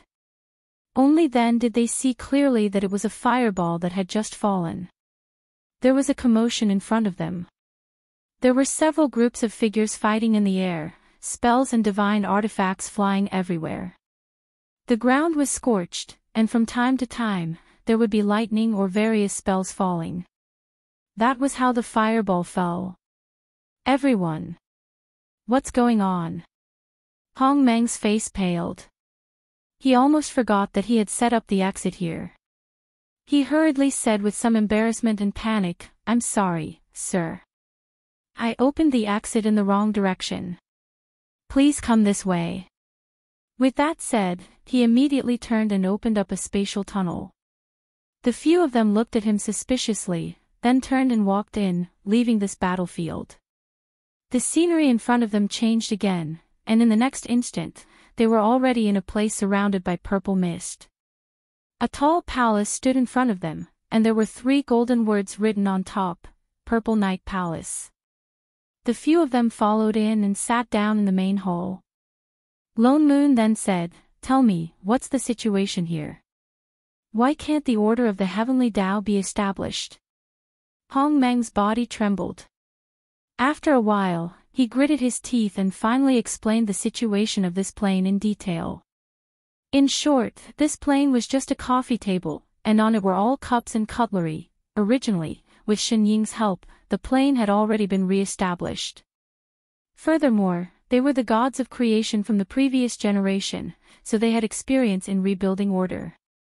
Actually, as long as they did not deliberately interfere, when the original purple source was completely integrated into this plane, living beings would naturally be born. It would even be like the other plane, extending more and more small worlds. But this process was very long, it could take hundreds of millions or even tens of billions of years. Hong Mang and the others waited patiently at first, but looking at the empty plane, they inevitably felt a little lonely. When people were lonely, it was easy to get into trouble. So they started to make trouble. In the beginning, he was only trying to reverse nurture the thin and weak original purple chi, hoping that it would grow faster. Of course, they did not do anything too overboard. After all, it was the foundation of the existence of living beings in this plane. And their method was effective. Slowly, new living beings were born in the plane. First, there were divine races like dragons and phoenixes, but because the original purple source was not strong enough. That was why these creatures only had physical forms, but no spiritual awareness. For example, last time he sent over a chicken that could lay spirit stones. Oh, no, it was a phoenix. That was how it came about. Later, as the origin violet chi became more and more solid, some intelligent creatures began to appear. Many races appeared, and most importantly, the human race began to appear. However, because the soul in the source was summoned from the primal chaos, it was able to absorb the soul. More or less, there would be some residual chaos chi. This chaos chi would need to be reincarnated in the original source purple chi for many years before it would slowly disappear. However, due to loneliness, these creatures appeared in the world ahead of time. Due to the influence of primal chaos chi, they were somewhat violent in nature and possessed divine power. One race was stronger than the other. As a result, the naturally weak human race was pushed to the edge of survival, and there were a few times when they were almost completely exterminated. Of course, every plane had different races, so it didn't matter if there was one more or one less. But humans were different. Perhaps because this plane was split by Shining, the pattern here was more or less similar to I Ching's plane. The human race was weak, but they had strong reproductive abilities. What's more, the lifespan of mortals was less than 100 years. Wave after wave, they could soon bring all the original creatures back to this plane. In addition, the original source purple chi was equivalent to the river of forgetfulness. The more souls flowed in it, the stronger it became. While the other races were strong, they could live for thousands or tens of thousands of years. What's more, they could only give birth to one or two offspring every few thousand years. Some could only give birth to one or two children in their lifetime. In comparison, the living creatures could not circulate at all. Instead, it would increase the burden on the original source purple chi. This was also why, although the human race was weak, they were often favored by the heavenly Tao. Reproduction was the foundation of all living creatures. It was a pity that the main force, the human race, could not continue to survive under the threat of the other races. Hong Meng and the others then realized the seriousness of the problem. They hurriedly separated the human race from the other races. But the heavenly Tao was still not completely established. Without the human race, the other races were still in chaos. Looking at the mess of the plane, they were a little afraid. They did not dare to interfere casually. They were afraid that if they were not careful, it would be like the original source purple chi. They would almost cause the extinction of the human race. But there was still no hope of a new order being established. As long as the heavenly Tao was not established, the plane would be faced with countless dangers. So they thought of a way. They directly entered the reincarnation cycle and became a part of the heavenly Tao. Then, they would use their reincarnated bodies to lead the races to dispel the turbid air and establish a new order. So they only left Hong Meng alone. They chose the 12 strongest races and entered the reincarnation cycle one after another. But while the ideal was rich, the reality was harsh. The 12 people who entered the reincarnation cycle were no longer the 12 ancient gods of the past. Having lost their memories, they forgot their mission. And because they were born with strong spirits, they quickly became the strongest in the race. Then, they started fighting amongst themselves. No matter how Hong Meng explicitly hinted or reminded them in a roundabout way of their previous mission, none of the 12 paid attention to him. They completely threw themselves into the new life. They directly led their race and provoked a full-scale war between the various races of the plane. This war was obviously going to reach the side of the human race again. In addition, more and more living beings returned to the original source purple chi from the chaos. The souls piled up in the original source became more and more abundant. But there was no place for them to be born here.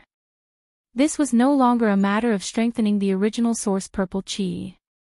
It was a matter of the original source purple chi exploding. Hong Meng really had no choice but to run to Shining to ask for help. Are you all retarded? Lone Moon glared at him. Even back then, Shining only dared to ask Chef to rewind. Where did they get the confidence to think that after reincarnation, they would still be the same people as before? This is the small problem you were talking about. No wonder they came to the battlefield the moment they came. The entire plane was probably almost destroyed, right? Wait. He suddenly thought of something. Those little animals that you bribed Shining with, don't tell me you picked them up in the war. Hong Meng stiffened. His face paled. He looked at him weakly.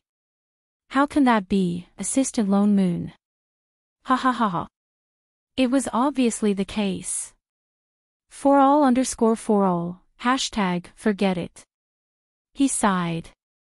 Since you already found out that the 12 people did not go according to plan, and even aggravated the seriousness of the matter, why didn't you just make a move? Even if you can't make them come back, it would be good for them to be reincarnated as humans. He was an ancient god. This was something he could do. It would not cause the situation to worsen.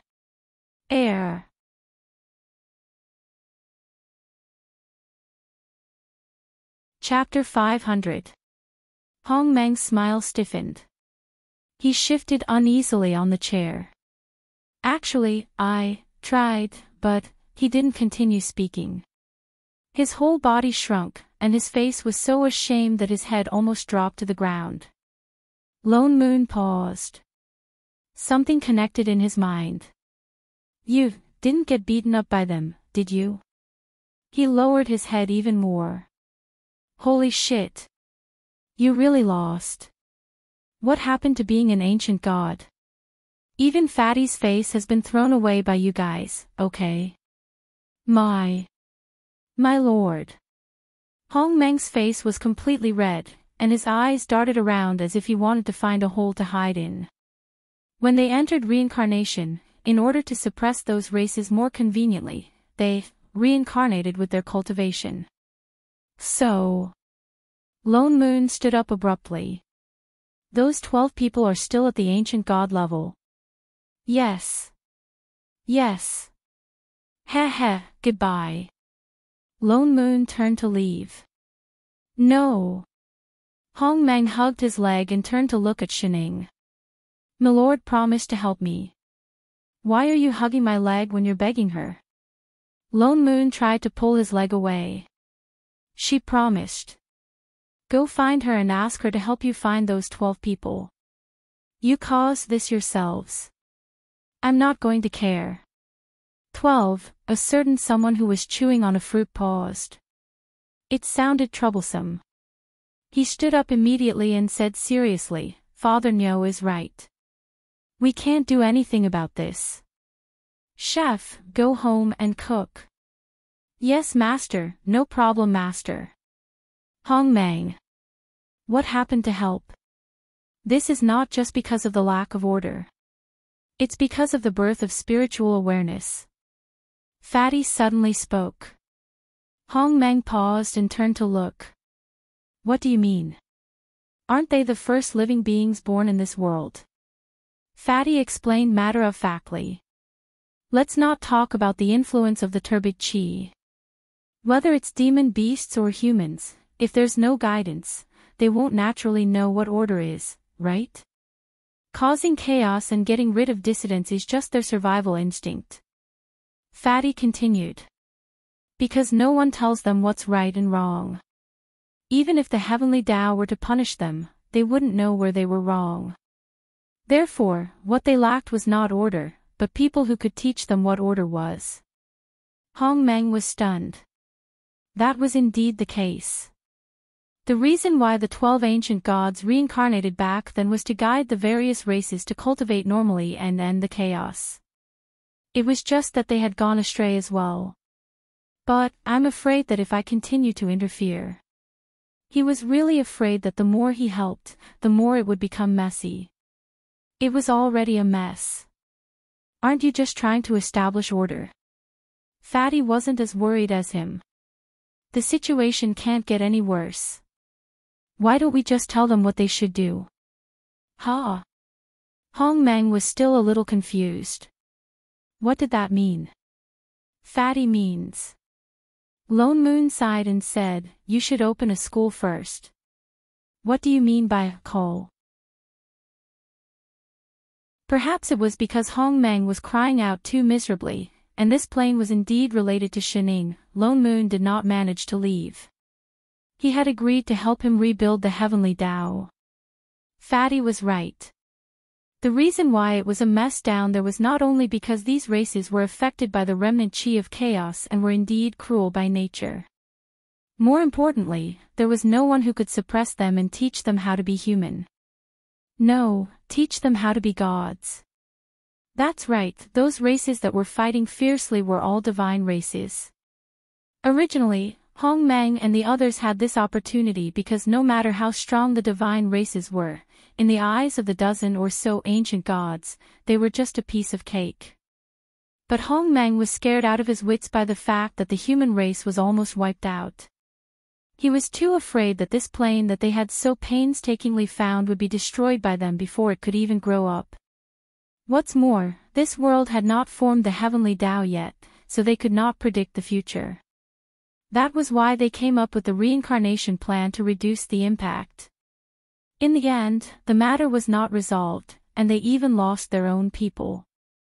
They really did not interfere when they should, and blindly interfered when they shouldn't. The best way now was to build a platform for them to coexist peacefully, and teach them how to love each other, to build a harmonious and stable big plane. Therefore, on the third day of their arrival, the Invincible Civil and Military School Purple Knight Palace branch was officially established. This time, they changed the rules for the selection of principals. Whoever won would be the principal. Shining lost unsurprisingly, and Chef, because he was holding a spatula, could only use a rock. Lone Moon could not help but use a cloth out of reflex, so the position of the principal naturally fell on Lone Moon's head. As for Hong Meng and Fatty, one had a criminal record, and the other's looks really affected the school's image, so they were directly disqualified from playing rock paper scissors. To show his seriousness, Lone Moon personally changed the signboard of the Purple Knight Palace to Invincible Civil and Military School Purple Knight Palace branch, and also watched as Hong Meng changed the square in front of the hall into a huge square that could accommodate tens of thousands of people. He originally wanted to put some chairs, but thinking of the divine race's thick skin and flesh, forget it, he let them stand. The school's transformation was complete. Next was the problem of recruiting students. Will they come? Hong Meng asked worriedly. Nonsense. Of course not. Ha. Ah. Hong Meng paused. Then all this we did, isn't it? For nothing. You didn't even put up a single advertisement. Who would know that you opened a school? Lone Moon rolled his eyes at him. Don't just grow old, don't grow a brain. Once we put up an advertisement, people will naturally come. What was an advertisement? Did it mean to advertise widely? Then how should we put up an advertisement? A fight is the best advertisement. What? Lone Moon ignored him and asked, tell me, what are the names of those 12 traitorous grandsons? Call them over, let Chef beat them up, then they will naturally not dare to do anything rash, then teach them. Teach them until they learn well. He spoke seriously. This was not the time when he opened a sect, there was no competition, there was no need to consider reputation and such. Didn't you say that they are the leaders of the 12 races? If they stay here, the others will naturally come. Hong Meng thought about it, it seemed right. Then how do we call them over? Just directly issue a battle notice. Didn't most leaders care about their reputation? With that said, he raised his hand and produced a piece of paper, channeled his god power, and directly wrote, his words sharp, full of provocation, as mean could be, the kind that anyone who saw it would have a stomach full of anger. Then, he made 11 copies of it, stuffed it to Hong Meng, and let him distribute it.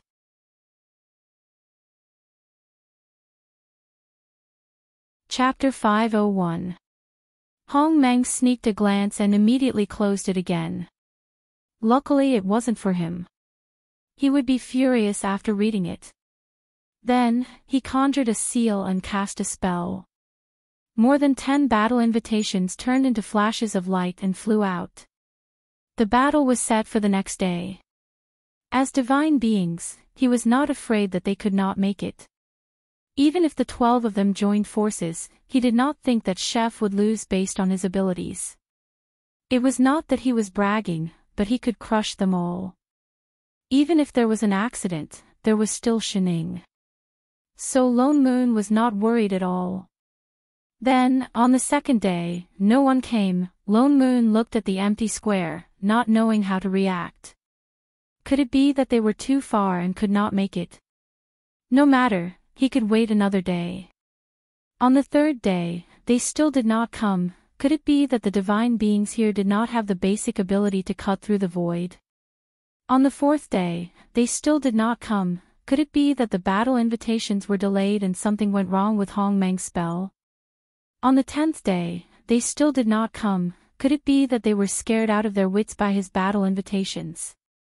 On the 15th day, they still did not come. Lone Moon, Qing, Hong Meng, Fatty, the square, which could accommodate 10,000 people, was completely empty. A faint cold wind blew past, sending chills down one's spine. Holy shit, they actually dared to stand me up. Lone Moon's expression darkened and he pulled out his sword. Hong Meng, tell me where they are. He was going to destroy them. Father no. Shining, who was nibbling on a fruit at the side, suddenly spoke. What? Those people are the first batch of indigenous people of this plane, right? So what? Can't I beat them up? No, this world has not even established rules. There is nothing. That includes words, right? Ha! You used the language of that plane to write the battle invitations. Can they understand it? Lone Moon, Iching, Hong Meng. Fatty, swoosh, swoosh, swoosh, swoosh.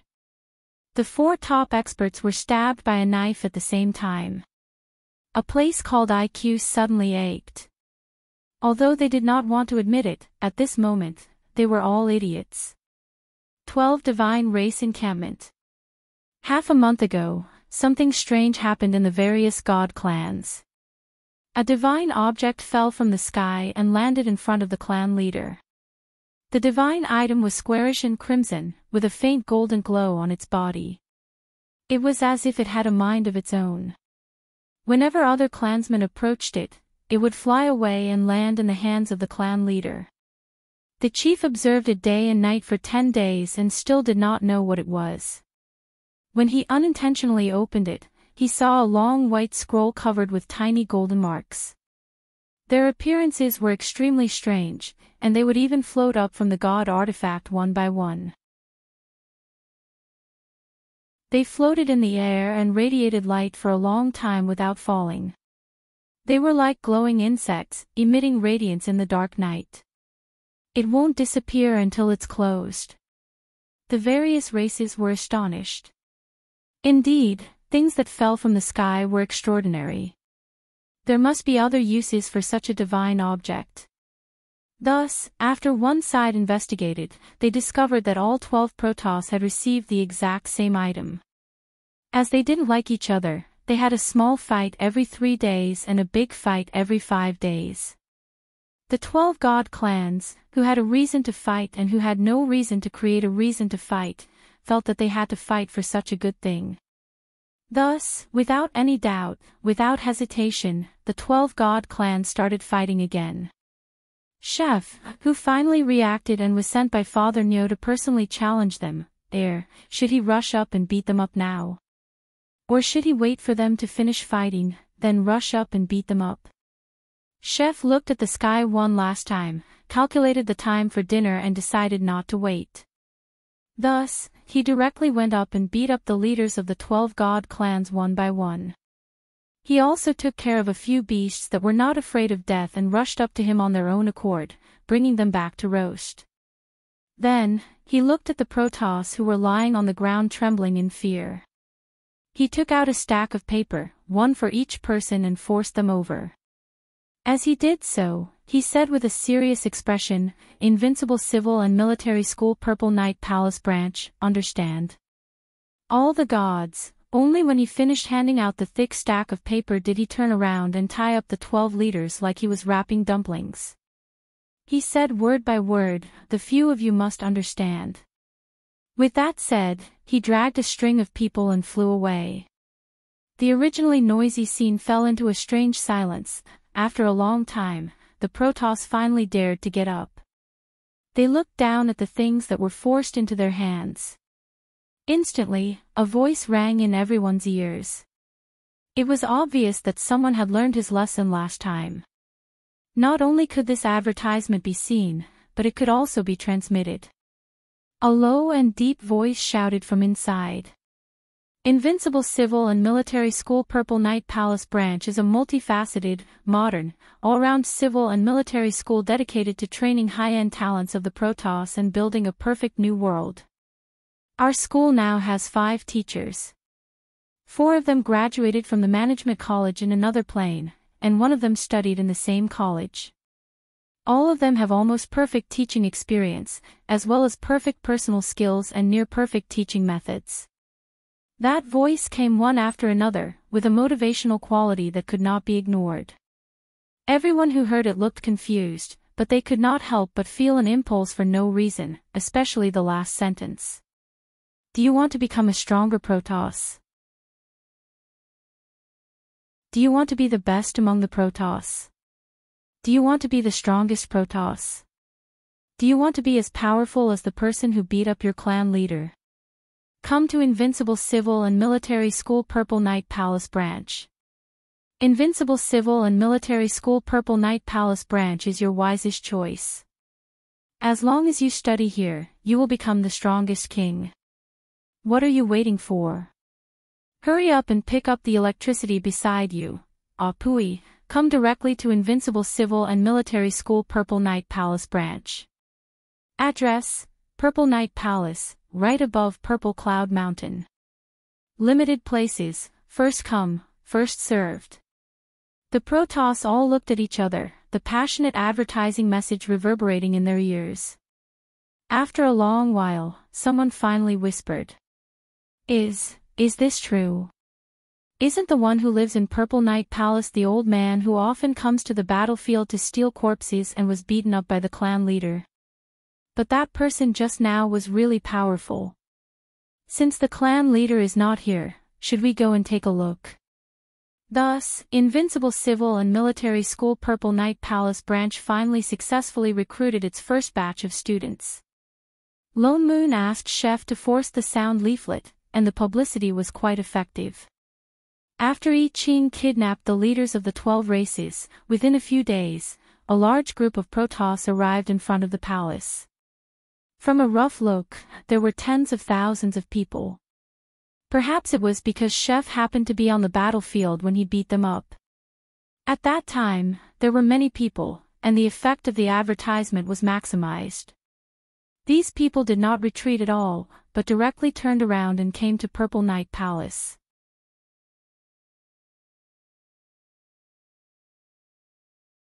Chapter 502. Although most of these students were not really here to learn, they just wanted to see the situation. Some even wanted to save the 12 people, of course, most of them were here to watch the show. Lone Moon did not care so much, since they were here, they could not leave. Lone Moon asked Hong Meng to expand the square by 10 times, and then directly set up layers of arrays outside, locking all the divine race people inside. To put it nicely, closed education. With students in a venue, the next step was to officially start teaching. Lone Moon then thought of a major problem: these people did not have any foundation. It was not that they did not have the foundation of cultivation, but they did not even have the basic foundation of words, and even because of the influence of the chaotic aura, there might even be problems with their understanding. Because of this, the few of them had to hold a board meeting. These divine race people obviously had to start from the most basic literacy, but the key was who would teach them.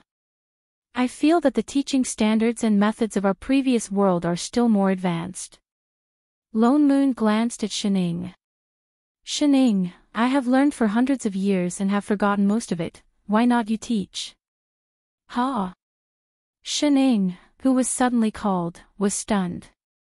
We are not learning the same system. Are you sure you want me to teach? Shit! He almost forgot that she was only a student on Earth. She even had to repeat a year in primary school. Then what should we do? Chef, you do it. I also do not remember much about enlightenment. Chef shook his head. Lone Moon could only look at Hong Meng. I remember even longer. He hurriedly shook his hand. On the other hand, Fatty raised his hand weakly. Master, what, you want to teach? No, no, no. Fatty shook his head. I want to say, what do you think of Brother Rabbit? Lone Moon, Chined, Shining. Lone Moon stood up and patted Fatty's shoulder. Fatty, it's been so long. You finally said something sensible. Was Master praising him or scolding him? Lone Moon did not delay and directly returned to the other plane, entered the previous small world and went to the southern land, and appeared in front of the blissfully eating carrots in the Demon Monarch Palace. The rabbit's paws trembled and it almost fell off the throne. Great! Great! Great immortal, why are you?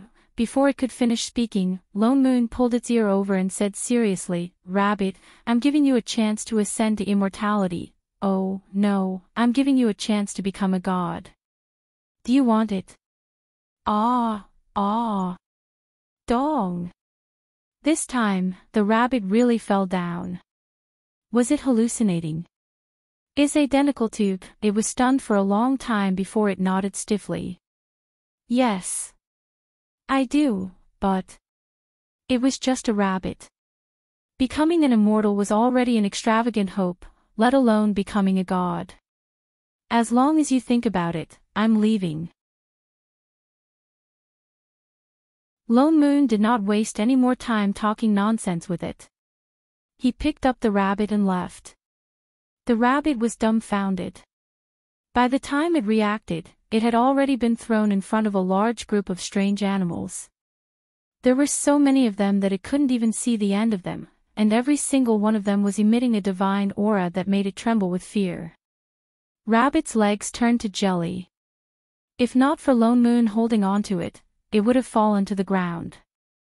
They were all gods. Had it arrived at the god realm? Rabbit wanted to faint for a moment. Obviously, Lone Moon did not give it the chance. He directly stuffed a book into its hands. Here, this is the teaching material. You just need to teach them how to read for a while. Ha! The rabbit had not recovered from its daze. Read? Divine race. It. Great. Great immortal, no, great god. I'm just a rabbit. Why? You can't read. I can read. This was not a question of whether it could read or not, right? Besides, why couldn't the divine race read? That's good. I'll leave it to you, Rabbit. Lone Moon patted its shoulder and directly grabbed it and flew up to a high platform. He even set up several layers of arrays for it. The rabbit only felt that the divine aura that was suppressing it and suffocating it disappeared in an instant. When it regained its senses, Lone Moon was already gone. Only the rabbit was left standing high up on the platform. Below it was a black mass of divine race army that stretched as far as the eye could see. The rabbit's legs began to tremble again. Was this some ultimate test that Great Immortal had set for it? But since it was already here, it could only bite the bullet. With trembling hands, it flipped open the book. It was indeed a beginner's book. It was simple and easy to understand. It even had pictures. It wiped the cold sweat from its forehead and gritted its teeth. It turned around and sat on the praying mat on the platform. Almost instantly, an array was activated under its feet. A virtual image of it appeared in the sky. That image was very wide, almost covering the entire square. It appeared clearly in front of the students of the various races. The various races, who had never seen such high technology, were stunned. They quieted down immediately and looked up at the virtual image in the sky in shock. At the same time, the rabbit's voice was clearly transmitted to everyone's ears. The rabbit flipped open the book in its hands. Instantly, the contents of the book appeared in the air, like a PowerPoint presentation. Cough. Now, let's start the lesson. The rabbit officially began its beginner's teaching career. Hence, from then on, there would often be sounds of geese, geese, geese drifting through the purple night palace. Grass on the plains, and so on. The rabbit was a little afraid at first. After all, it was a group of Protoss in front of it, and it was just an ordinary lop-eared rabbit that had taken the back door to reach the 12th rank. Under the suppression of their race, it was natural for them to be afraid. But after being afraid for so long, it got used to it. Zero, not only did he teach it, but he would also encourage everyone to chant along with it. In the beginning, the Protoss below also harbored a sense of curiosity and novelty, and earnestly learned from the rabbit for a few days. But after a period of time, he found that every day was boring learning how to read. Some of them even wanted to rush out of the array formation. They were used to being wild and had never been restrained. In addition, they were born valiant, so their tempers were naturally not too good. Otherwise, they wouldn't be constantly fighting and causing chaos in the world. After failing to break out of the array formation, the divine race began to target the rabbit on the high platform. He wanted to grab it and use it as a hostage, but unfortunately, he was injured by the formation on it. Since Lone Moon could bring the rabbit here without worry, he naturally had already thought of a way to deal with it. Looking at the square that was starting to be in a mess after a few days, Lone Moon directly released the head of the cult, Chef. There was only one effective way to deal with this group of troublesome students, and that was to just beat them up. Hence, after beating everyone up again, the entire teaching square was restored to order. Chef also carried his sword and patrolled the square from time to time every day. If he found someone disobedient, he would stab them with his sword. Anyway, the divine race had thick skin and flesh. Even if Chef attacked and got injured, he would recover in a few years.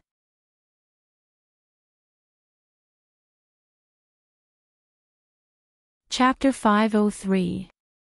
In the beginning, Chef prevented them from betraying their master and hurting Rabbit. Then, he prevented them from escaping. Then, he prevented them from fighting among themselves. In the end, he only had to prevent them from sleeping. Rabbit's teaching also achieved some initial results. Whether it was Rabbit or the divine beings below, they actually did not need to sleep.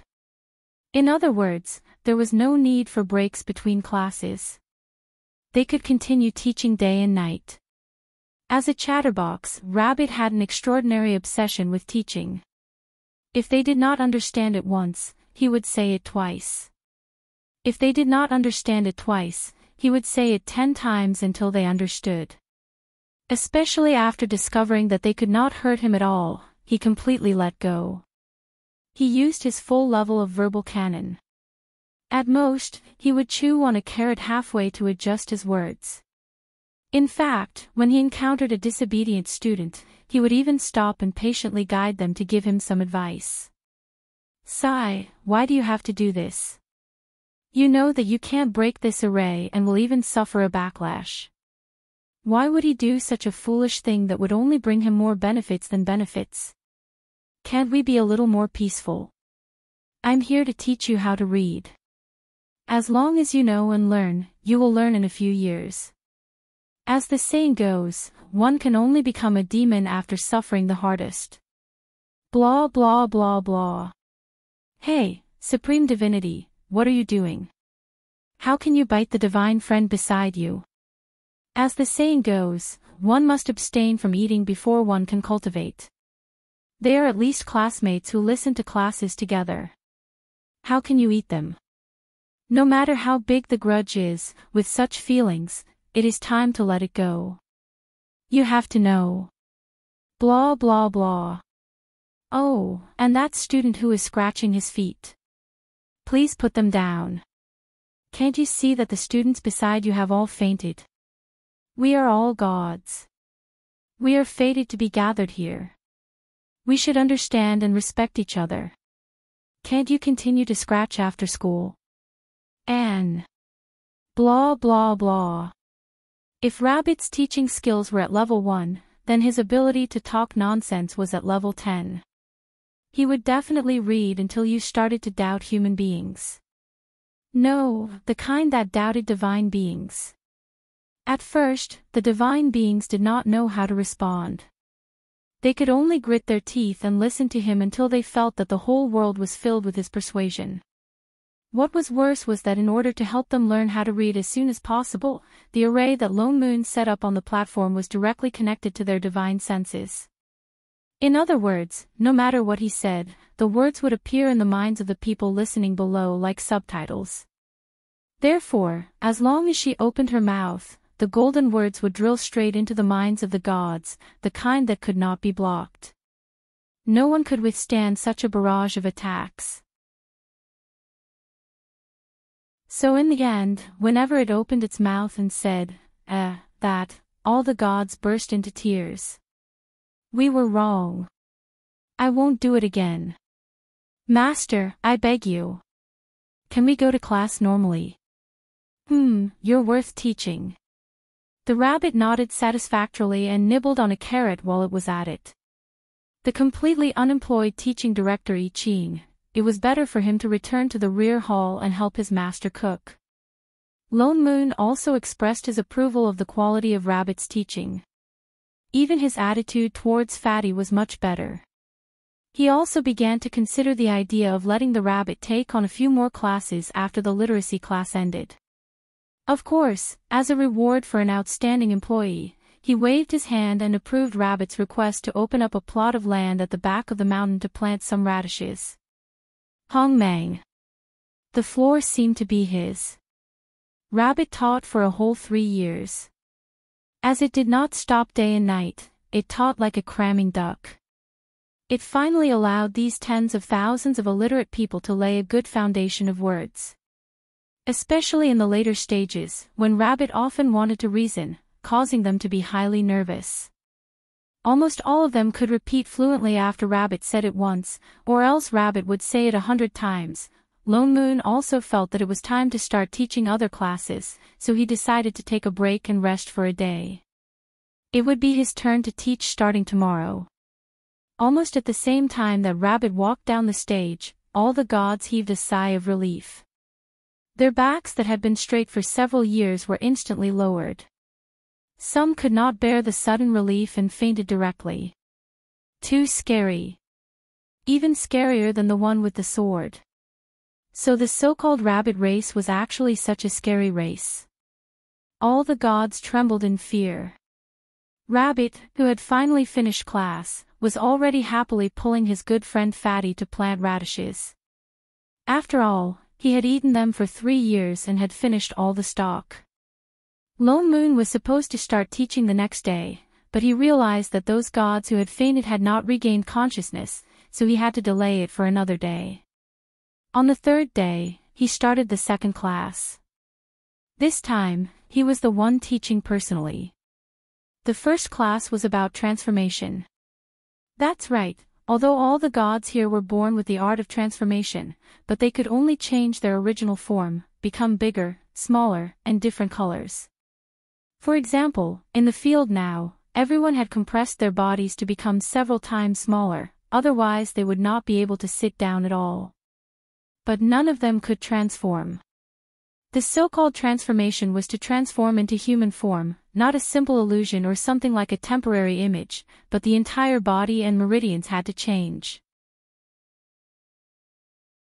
The reason why they had to transform into human form was because the human form was the best form for cultivation, commonly known as the Tao body.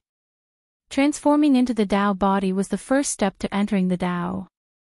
Lone Moon was much more straightforward than Rabbit. He directly cast a spell and transmitted the transformation method into the consciousness of all the gods. He only left a sentence, "Follow this method and cultivate by yourselves, I will come and check in 5 days." All the gods were quite happy at first. They did not expect that this new master was much more straightforward than Master Rabbit. Finally, they did not have to endure the pain of a long continuous sentence drilling into their consciousness. All the gods felt that they had seen the light of hope, until they fell back to hell 5 days later. They never thought that Lone Moon's check was a one-by-one check. If the transformation did not pass, they had to start all over again until they learned it. Not only that, his requirements for transformation were also extremely strict. It was not as simple as transforming into 4 limbs and hiding one's original form. Too tall, too thin, too fat, too ugly, too short, too... Even too little hair was not allowed. Even if the transformation clothes were ugly, it was not allowed to pass. All the gods, they kept feeling that this master was even more sick than the previous one. What should they do? Please wait online, it's quite urgent. The kind that could kill. It was not that no one resisted, but because they really could not beat him. Forced to transform hundreds of times every day. Of course there were many gods who were so irritable that they wanted to fight, but before they could get within 3 feet of him, they were beaten down. He indeed did not know how to nag like Master Rabbit, but he knew how to use poison. You transformed into such an ugly form, and you still have the nerve to show it to me. Do you want me to help you reforge? Reforge. Is your original form a pig? Are you so fat that you want to change races? Do you need me to send you into reincarnation to satisfy you? Reforge. This face of yours was transformed by that green bird just now, right? You are a mongoose, why are you trying to claim kinship with others? Reforge. And the two of you, why do you look so alike? Why do you look like a married couple in front of me? I am not even single, what right do you have to pretend to be a married couple in front of me? Reforge.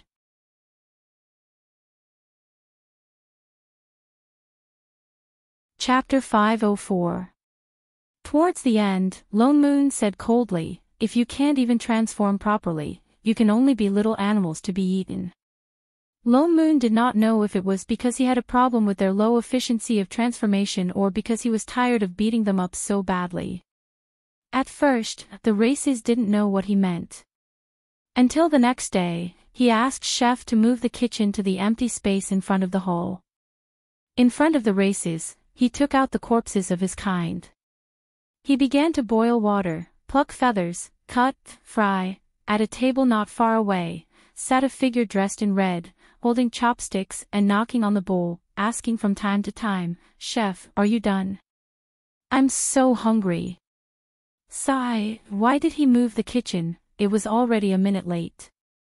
"Yes, master, I'll be done soon, master." I Ching responded, stirring the food even faster. All the races shuddered, only feeling a chill straight into their hearts. What exalted master said, little animals to be eaten, would really be eaten. So scary. "Mama, I want to go home." "No, no, no, exalted master, I want to listen to the lesson." Suddenly, all the divine races began to miss the previous exalted Master Rabbit. Being nagged was better than being eaten. What was even scarier was that they actually felt a little fragrant. Under the pressure of being eaten at any moment, all the races began a new wave of learning with all their might. Their level of effort was even more than when Rabbit was in class. Even during the 3 times Lone Moon went to eat during the break between classes, they did not forget to make use of the time to practice. Only when Rabbit occasionally strolled over, all of them gave him a nostalgic look. Rabbit was dumbfounded. Maybe this was a group of good students who remembered old times. As the saying goes, there is only motivation when there is pressure. In less than 2 years, all the divine races learned how to transform. The originally messy square instantly changed into a group of handsome men and beautiful women, looking like stars.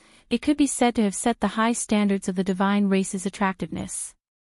From this moment on, Lone Moon officially taught them the orthodox cultivation method. Actually, the divine race's physique was already very strong. Naturally, there was no room for improvement. The only difference was how to use their own abilities more rationally and flexibly. And these were mostly based on their own understanding. What Lone Moon mainly taught was still the way to cultivate God power. Since these gods were the first batch of living beings in the world, the primal chaos energy in their bodies had to be purged. By practicing breathing and purifying their divine power, they could achieve the effect of purging the primal chaos energy from their bodies. The reason why they were so irritable and bloodthirsty was because of the chaotic energy in their bodies. These were emotions that were almost never seen in the divine race of the other plane. To the Shin clan, who could already transform into their Taoist bodies, this was not difficult at all. After Lone Moon taught them once and told them the things to take note of, they could already understand. Furthermore, the chaotic aura in his body was indeed decreasing. However, this was a very long process that required a lot of patience and willpower. Of course, he didn't know if the other races had the patience and perseverance for his team of teachers, but it was definitely possible for them to calm down. Compared to the previous 2 classes, which were filled with people reading aloud or wailing, the entire teaching square was as quiet as a chicken. Lone Moon had nothing to do, so he released his divine perception and carefully scanned the tens of thousands of students present. He realized that there were differences between the Protoss. Apart from the previous 12, who were forced to learn and were often beaten up the most badly, the rest of the divine race were not top-notch. The cultivation levels of the other divine races were actually not the highest. Just like the dragon race, the golden dragon was the highest, the black dragon was the lowest, and all the water race had the opportunity to cultivate to become a dragon. And the phoenix race's 9-feathered phoenix was the strongest. Among them, the 9-feathered fire phoenix was the strongest. Although the other 1-feathered ones were also phoenixes, they were obviously not on the same level. It was the same for these divine races. However, the difference this time was only in terms of brute force. There was actually no technical content. So even if they attacked together, they would be easily beaten down by Chef. The only ones who knew a little about cultivation were the 12 reincarnated ones. Although they lost their memories, they retained their cultivation because they were reincarnated. So they instinctively knew some moves that others did not know. This was also the reason why they could join forces to defeat Hong Mang. So compared to directly teaching them how to cultivate and improve their martial skills, it was better to teach them how to understand the heavenly Tao. Actually, be it the so-called heavenly Tao or nomological laws, they were all the lowest standards to maintain the operation of the entire world, the endless cycle.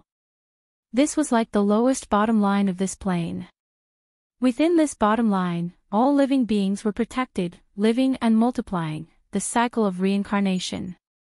There were 3,000 great Taos for you to choose, but you could not touch this bottom line. For example, like the invaders, or like divine imperial sects cheating to ascend, these were all not allowed. The former would cause the plane to be unstable. The latter disrupted reincarnation. The reason why the heavenly Tao locked that small world was actually not just because this method of ascension was evil and dishonorable, and even more not because Fatty was once a fiend god, but because they disrupted the order of reincarnation, so that souls could be directly reincarnated without going through the underworld. And it was definitely not only Fatty who was doing this. The pills that Hao Ran Court refined that contained the soul-guiding powder was the best proof. They even distributed these pills to the various sections.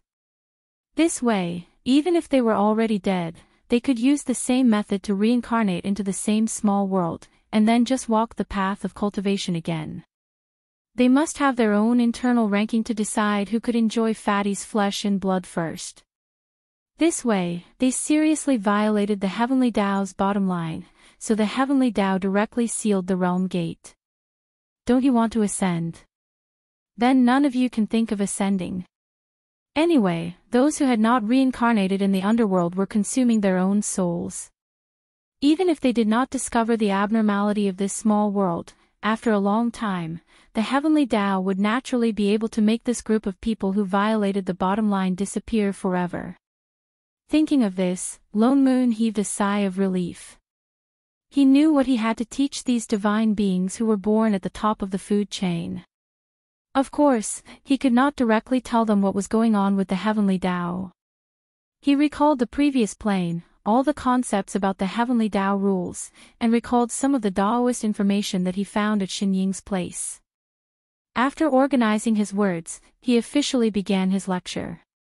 He talked about the Heavenly Tao, the Tao of all beings, human Tao, and even the Tao of self, one by one.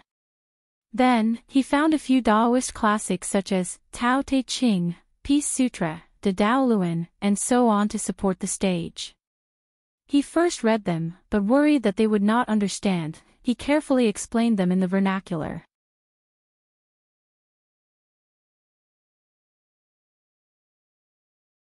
Chapter 505. Although Lone Moon was already trying his best to teach, logic was logic. Actually, it still depended on the divine race's own understanding. But he did not expect that after he explained it once, there would actually be people who understood it and directly went into meditation on the square.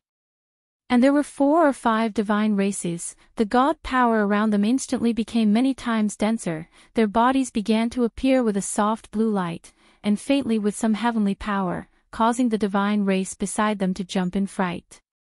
A sense of fear extended from the bottom of their hearts, but different from the fear when they were beaten up before, there was a sense of awe. Lone Moon asked the divine race beside him to be quiet, not to disturb others in meditation, before continuing to preach. With this, more and more people went into meditation. They were divine races in the first place, naturally their qualifications were not bad. Especially after Rabbit's force-feeding teaching a few years ago, it became even easier to understand. Previously, it was only because of the influence of the remnant chaos chi. After learning to transform and regulate their breathing, this influence naturally became smaller and smaller. Looking at the square, the god power became more and more abundant, even faintly showing signs of materializing. These few days, there were even several rounds of spirit rain. Even the radishes that Rabbit planted in the back mountain matured in 4 hours. Rabbit's hands were sore from all that. Not to mention the other crazy growing divine Ganoderma and immortal herbs. I Ching really could not watch it anymore, he could only go down the mountain to set up an array, to guide the excess god power out, into the ground, or into forming immortal meridians, or into the world. He casually asked the former master of Purple Night Palace, Hong Meng, for help. But he did not move, instead looking up at the sky in a daze, his eyes wide and face full of shock, pointing shakily at the sky, revealing an expression that was uncertain whether to be surprised or happy. Lord! Lord! Heavenly! Heavenly Tao, it's starting to form. This was too fast. The flow of time here was different, and in order to stabilize the plane, Hong Meng and the others purposely accelerated the time in this side of the world. Actually, ever since Lord helped to split open the plane, it had already been millions of years. But even so, after so many years of hard work, there was no way for the heavenly Tao to be born. How long had it been, but the heavenly Tao was already showing signs of being born. I Ching looked up, sensing carefully only to discover that there was indeed a trace of nomological power in this world. His eyes darkened, he turned to look at the high platform, who was still focused on preaching, and instantly understood something. He looked at the person sprawled on the chair beside him, nibbling on a fruit. Master, could Father Nyo be? Shen Ying's hands paused. She tilted her head and said, yes, I'm a good leader. The corner of his mouth twitched, but he didn't say anything. Raising his head once more to look at a certain person on the elevated platform, Zhang Xian sighed. What else could he do? Who asked him to be my teacher? I can only continue to spoil him. Yes, it was definitely not because Master was lazy. Lonman's lecture lasted for more than 10 years. In the beginning, he still seriously explained the textbook in detail, and occasionally interacted with the students. Seeing that more and more people were meditating, he felt a little happy. But no matter how exciting the content was, it would get annoying after 4 or 5 times. Therefore, later on, he simply changed the array formation on the high platform and stuck a few recording talismans on it. The content was the same anyway. But the amazing thing was that this kind of skimpy teaching method was really useful. More and more people were meditating, so Lone Moon continued to play the video with a peace of mind. And because they continued to absorb the God power around them as they listened to the lecture, the influence of the chaos chi in their bodies became less and less. They had long lost the fierce look on their faces when they first came here. They looked much more peaceful, and more like the real divine race. He glanced at the square. Everyone was sitting neatly. Even if they were watching the video, they were watching it seriously. There were still some people who were not meditating. Perhaps their comprehension skills were really not good enough.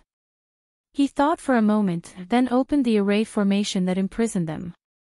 The chaos chi in their bodies had already disappeared. Their minds were clear and their consciousness was no longer affected. Naturally, they would understand the benefits of this cultivation. Although their comprehension skills were not good, it was also a good choice to go out and develop more fellow disciples. So it was time to let them out. At first, no one dared to move. They thought it was another term assignment to loosen the reins only to grasp better. But some of the bolder ones walked out, and after realizing that everything was fine, they left one after another. The number of people meditating in the square decreased by more than half. The remaining people were only those who had not woken up from their meditation. The duration of meditation depended on each person's understanding. It could be as short as a few hours, or as long as a few hundred or even 1,000 years without waking up. The remaining people included the 12 reincarnated ancient gods. Among them, some were still meditating, and some were awake but unwilling to leave. Perhaps they understood something from listening to the lecture. That was why they did not want to leave. Lone Moon did not bother too much. The most worrying thing was still the human race below. This was the first problem that needed to be solved in this plane. The matters of the divine race were basically on the right track. There was no need to worry too much. It was time to go to the human race to take a look. He directly brought the cheat master and disciple away, leaving the other 3 behind. Now he was relieved. Although there were many divine race people in this square, Hong Meng and Fatty were both ancient gods. Even if something happened, they could at least escape. As for Rabbit, there was even less to worry about. Those divine race people now trembled when they saw it, afraid that it would speak. The psychological trauma was even more terrifying. Following the direction that Hong Meng pointed, they came to the human territory that was isolated. Only when they arrived did they realize that it was indeed far away from the battlefield of the gods. There was even a large sea area in between. The entire continent was sealed off by Hong Meng using a special sorcery, just like how God-Fiend specially drew out the outer realm. The entire continent was surrounded by a huge barrier that blocked all the overly powerful living beings outside, including the divine race. Lone Moon directly released his divine perception to scan the area. He found that the situation was better than he imagined. Perhaps because Hong Meng isolated the continent in time, the number of human race people was not small. It was not smaller than the total population of the small worlds in their plane. He originally thought that he would see a primitive society. Unexpectedly, it was no different from the small worlds from before. There was even a national language and so on. Apart from the smaller scale, it was no different from the other plane. Let's go down and take a look. He pointed to the nearest forest outside the town and directly flew down. The few of them were just about to leave the forest when suddenly 4 or 5 people jumped out, looking at the 3 of them with a guarded expression. Who are you? Each of them was holding a knife, axe, or other metal weapon in their hands. They all aimed at the 3 of them. Lone Moon. Were they being robbed?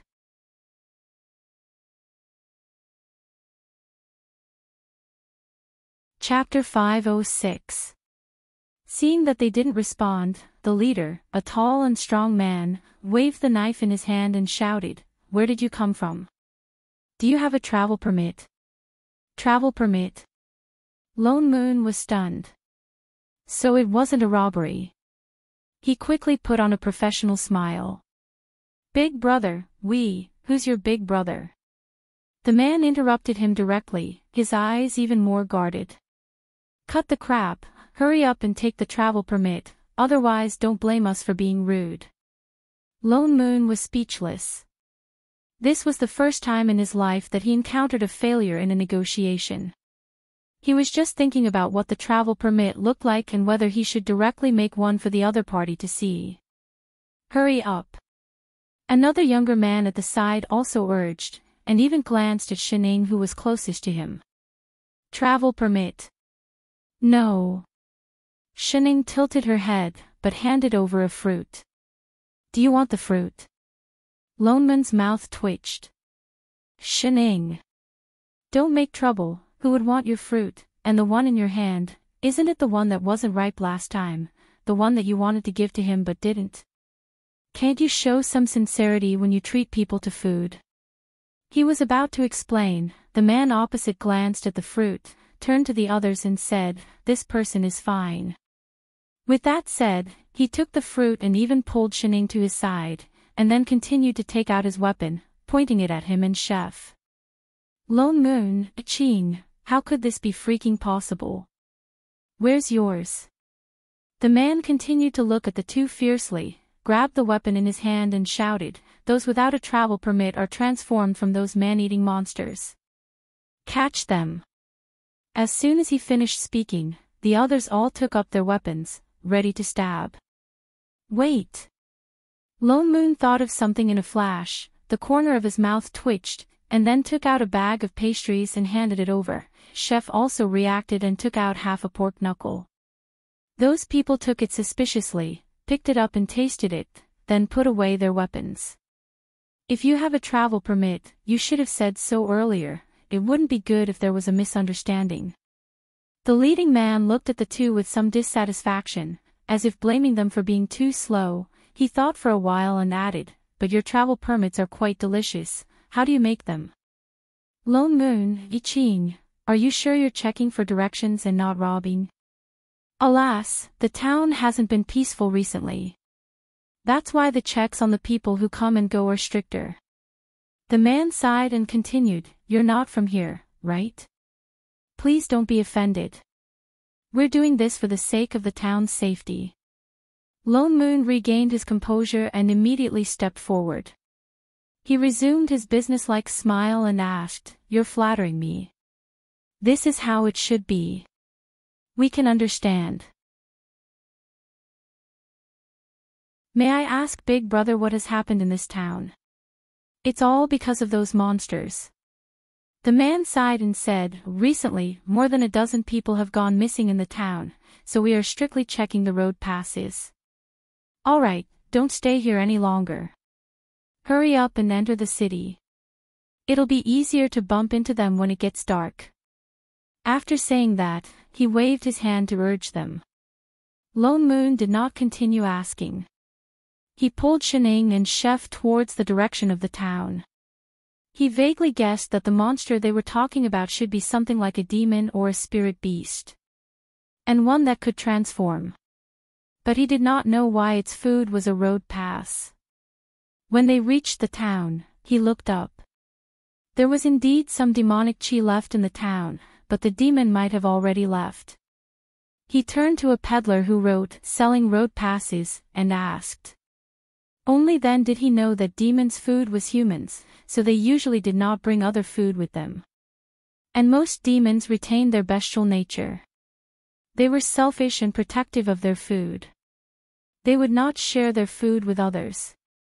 So they used this method to distinguish between real and fake. The corner of Lone Moon's mouth twitched when he heard this method.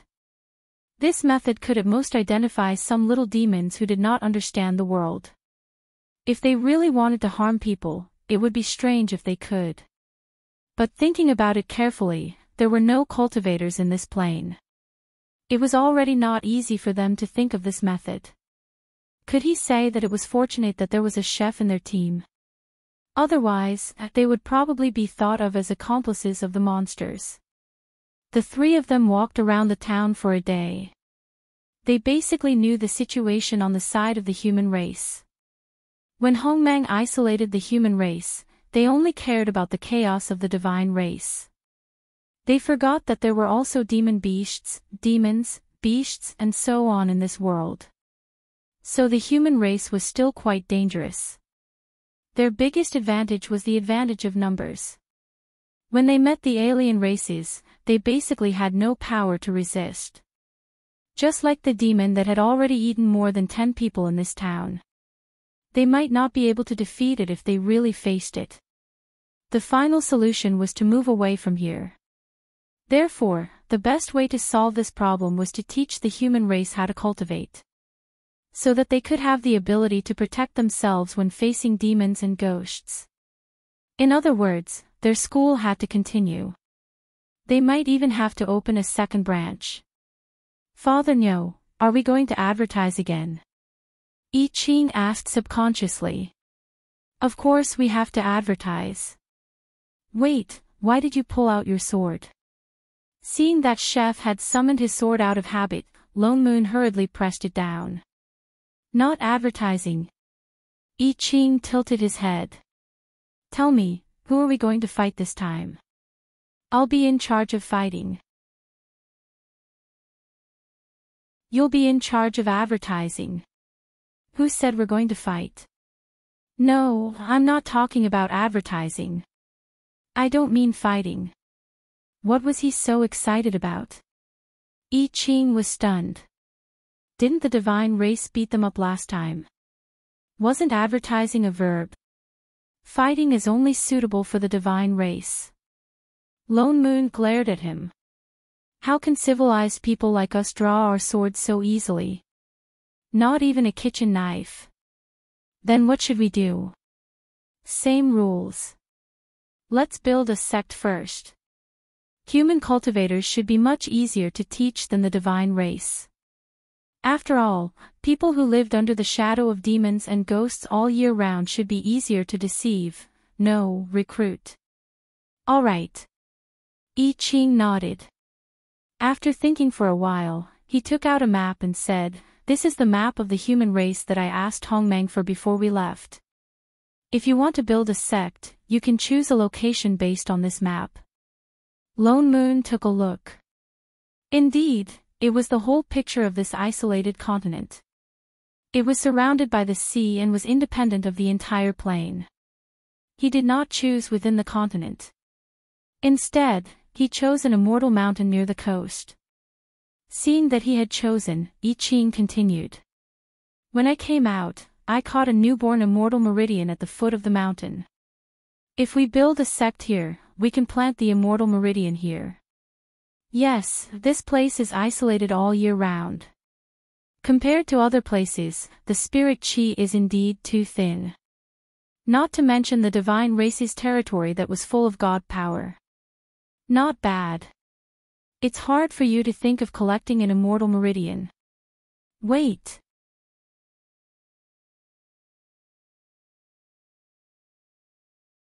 Chapter 507.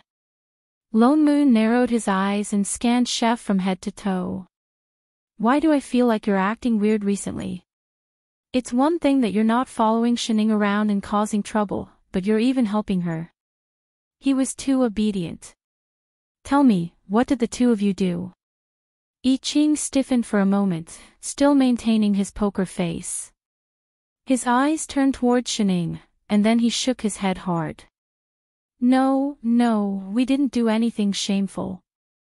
Are you wrong? You've already said it out loud. Don't turn your face away if you dare. With that said, he reached out and said, take out the storage bag. I Ching hesitated for a moment but finally handed it over. He opened it to take a look. Apart from a pile of ingredients and cooking utensils, there was only a pitiful sword stuffed in the corner. It was so clean that there wasn't even a spirit stone. Lone Moon was still worried.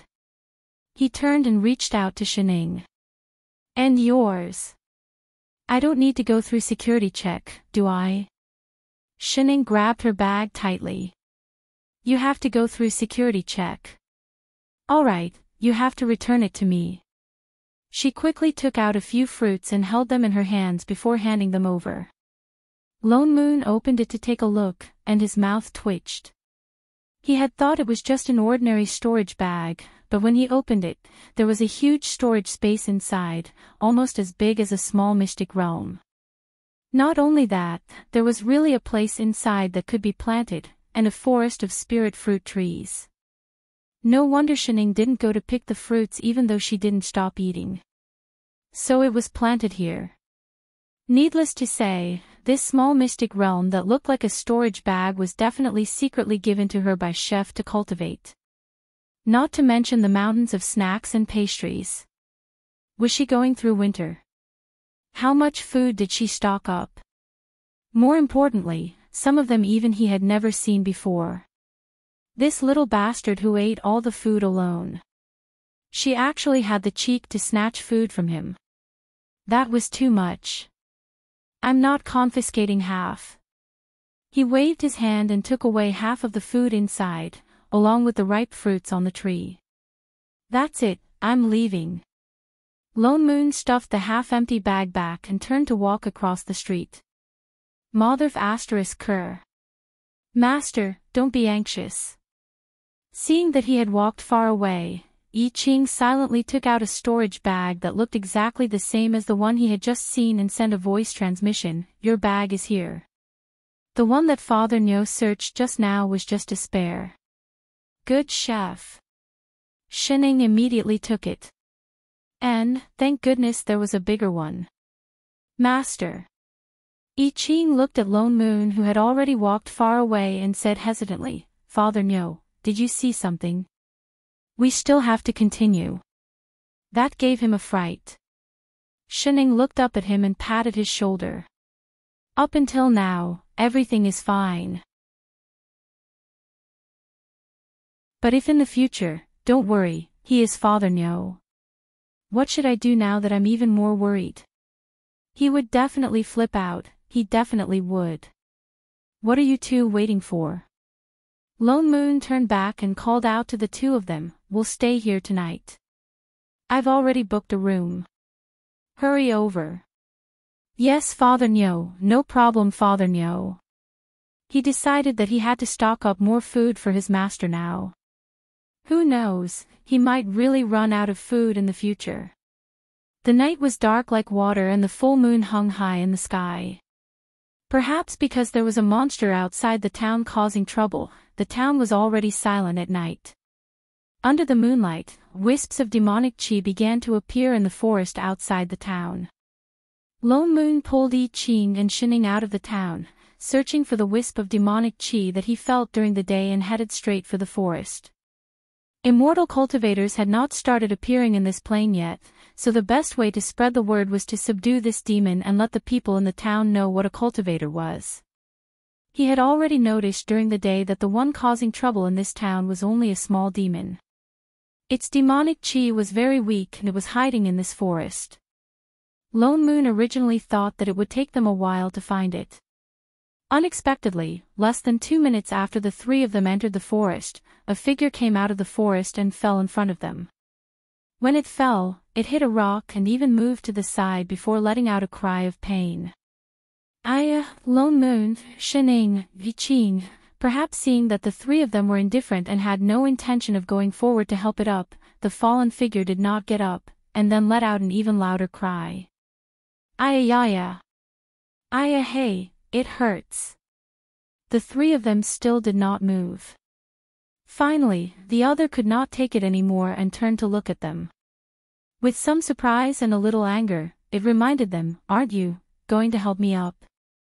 The three of them exchanged a look and then replied in unison, "No." This was different from what they had thought. "What exactly do you want?" Lone Moon glanced at it. Did it think they were blind? Not to mention this pretentious performance, this was obviously a demon, right? Even if it did not know how to transform, it should at least cover that huge squirrel tail behind it. That was an insult to their intelligence, okay? The squirrel demon was stunned for a moment, completely unaware that it had been exposed. Seeing that they had no intention of helping it, it could only get up by itself. It patted the dust off its clothes and picked up the bamboo basket on the ground. As if afraid of exposing its identity, it even pulled the hat on its head and wrapped itself in a loose outer robe, except for its tail. Cough. Thank you, kind people. It coughed and continued to speak with a childish and flustered voice. Since you helped me up, and I happened to pick some rare good mushrooms, why not? We didn't help you up. Before it could finish, Lone Moon interrupted it directly. The squirrel demon, whose rhythm was interrupted, was stunned, and a trace of panic flashed across its face. It was stunned for a moment, ignoring his exposing, and continued to act. "No, you just helped me. I will sell you the mushrooms. Look, I just picked them." With that said, it held the basket in its hands and extended it towards them. They saw that in its basket, there was really a basket of mushrooms, one red and one white. The red one was still faintly suffused with a trace of demonic aura, and the other was a spirit plant with spirit chi. Lone Moon glanced at the squirrel demon. "What kind of mushrooms do you want to sell?" The squirrel demon was delighted, and the words, "Scheme has succeeded," were clearly written on its face. It quickly took out the red one and said, this one. After thinking about it, it was a little worried, so it picked up another white one and added, "You have to buy this one too, but you have to eat the red one first. After eating it, you can eat the white one when you wake up in the morning. You can't only buy one kind." Lone Moon's eyes narrowed. "You mean if I eat this red one, I will only wake up after a night of coma?" "Yes. But you still have to eat the white one, otherwise it will be very uncomfortable." The squirrel demon nodded honestly. "I see." Lone Moon nodded. "Is this your first time coming out to cheat people?"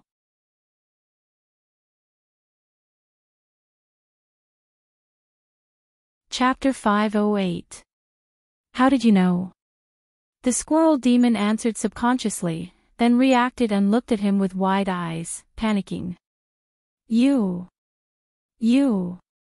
It stuttered for a long time but did not get an answer. Tears gathered in its eyes and it looked like it was about to cry. After a while, it asked carefully with a sobbing voice, "Do you want to buy mushrooms?" The three of them. Such bad acting skills, which school did he graduate from? It did not give up and handed 2 mushrooms, one red and one white, to Lone Moon. "Just buy a pair, okay? Or I can give it to you." Seeing that they did not take it, it panicked and immediately took the whole basket. I'll give you all the white ones, I took a long time to pick them. Just buy one red one, okay? No. He directly revealed his identity. You're a demon, right? How did you know? The squirrel stiffened, a trace of panic flashed in its eyes, but it still held the basket stubbornly. Then do you want to buy mushrooms? No. Was this a retard? It did not forget to sell mushrooms at this time. The squirrel became even more anxious and turned to hand the basket to Shining. Do you want to buy one? Shining looked down. I don't want vegetables. It could only raise it to chef. I don't make vegetables. The squirrel's face turned pale, as if the sky had fallen. The blue chest in its hand loosened, and immediately the mushrooms fell to the ground. The whole demon did not feel good. It sat directly on the ground and broke down crying. Wah! There's no time, why doesn't anyone buy my mushrooms? Little Flower will be eaten. It's all my fault, I can't save her, wah! It howled in grief, and tears streamed down its face like beans. Its originally short body shrunk into a ball, and its large tail slapped the ground again and again. It did not even care about hiding its identity now. It let its hat fall, revealing two drooping triangular ears. Shining, Ching, Lone Moon, the demons of this plane were like this. Why did they have a sense of guilt like bullying a child? Don't cry. Lone Moon had a headache and couldn't help but say. I want to cry. It howled even louder, Little Flower is going to be eaten, it's all my fault. I hurt her. Wow. What Little Flower? Hey, if you cry again, I'll take care of you. Is this a child? Accept me. Anyway, Little Flower is gone, and I don't want to live anymore. Wow. Holy shit, is this little demon addicted to crying? Just as he was about to conjure a hand seal, Shining stepped forward and stuffed the fruit into his mouth. As soon as the crying stopped, the world fell silent. Mushroom, who wants to eat your Little Flower? Shining squatted down and asked. The squirrel demon was stunned and looked at her with teary eyes. Holding the fruit in his mouth with both hands, he replied pitifully, I'm a squirrel, not a mushroom. After saying that, he did not forget to hold the fruit in his hands and bite into it while sniffing and answering, It's the Tiger King. He caught Little Flower. There were other demons here. Who is Little Flower? Shining continued to ask. Little Flower is my best friend. The squirrel nodded as if emphasizing. She's like you, she will give me delicious food. When I was still a little squirrel, I lived on the tree next to her house. She would give me a big pine nut every day. He's so good looking. Look. I look just like him now. Lone Moon was stunned. He took a look at its incomplete form. That Little Flower was a human. But later, she was caught by the Tiger King. It looked sad again. The Tiger King said that if I could bring other people back to him, he would return Little Flower to me. I waited here every day, but those people were afraid of me and refused to go back with me. So, I wanted to use mushrooms. Yesterday, the Tiger King said that if I didn't bring people back, he would eat Little Flower. The more it spoke, the softer its voice became, and its head drooped lower and lower. Finally, it looked at them, unwilling to give up. You really don't intend to buy a mushroom? You've already said your purpose, who would buy it? All right, bring us to that tiger demon. Lone Moon said directly. We'll help you save Little Flower. If he guessed correctly, that tiger demon was the one that had been causing trouble in the town recently. And this squirrel didn't have any bloody resentment on it. It seemed that it had never harmed anyone. The Little Flower he was talking about should also be a human. Really? Its eyes lit up and then darkened again. But, the Tiger King is very powerful. Lone Moon couldn't be bothered to explain to it. He directly picked it up with one hand and flew up on his sword. Where? The squirrel was startled and quickly hugged its tail, then weakly pointed to the right. The few of them flew in the direction pointed by the squirrel. The tiger demon's lair wasn't far. They arrived in less than 2 minutes. Before they got close, they smelled a strong bloody smell from afar. It even overshadowed the demonic aura that wasn't very strong. Lone Moon looked at the cave entrance that emitted an unpleasant stench, frowned and walked in. The squirrel was already scared out of its wits. It slipped to the back, thought about it and turned to hide behind Shining. Those who gave it fruits were all good people. Once they entered the cave, the bloody smell inside was even stronger, and even a little choking. There was a faint cracking sound under their feet. I Ching turned his hand and summoned a ball of fire. It instantly lit up the cave. The cave wasn't very big, and one could see everything at a glance. The tiger demon wasn't in the cave. The whole cave was filled with bones of all kinds of beasts, but more of humans. Some had become white bones, and some still had flesh and blood, emitting waves of stench. Great, the Tiger King isn't here. The squirrel looked happy. He rushed out in an instant and began to search in the cave. Little Flower, where's Little Flower? I'm here to save you, Little Flower. It shouted for a long time, but there was no response. It began to search in a panic, and even began to pick up the bones on the ground. Lone Moon frowned, grabbed the squirrel demon and dragged it out. Let's go out first. No, I want to save Little Flower. The squirrel struggled, but was still dragged out. Let me go. There's no living person inside. Lone Moon glared at it and sighed. How long has your Little Flower been caught? The squirrel was stunned, and then counted with his fingers. 4, 5, 6. I don't know. But the Tiger King promised to let me exchange for her. She must. She's long dead. Looking at the situation in the cave, the tiger demon wouldn't leave anyone alive at all. It was just lying to this squirrel.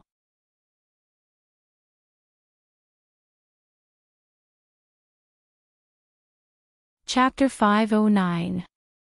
No, it can't be. The color drained from the squirrel's face, and the tears in his eyes began to gather again. The tiger demon clearly said that it can be changed back before the sun rises, clearly. Wah! Og! Seeing that it was about to start howling again, Lone Moon was quick to react and stuffed a fruit into its mouth. Demons were good demons, but they were too noisy. I say, little mushroom, you. He was just about to say a few words when he suddenly felt a burst of demonic aura coming from the left side of the forest. It's in the direction of the town. I Ching reminded. Go back. Lone Moon picked up the squirrel demon, turned around and flew in that direction on his sword. Before he got close, he heard a loud bang, and there were faint cries of horror. Outside the town wall, a huge tiger suddenly appeared, and it looked like it was already at the 5th level. Its original body was about the same height as the city wall, and at this time, it was using its front claws to attack the thick city wall. For a moment, large pieces of bricks fell to the ground, and it looked like the city wall was about to collapse.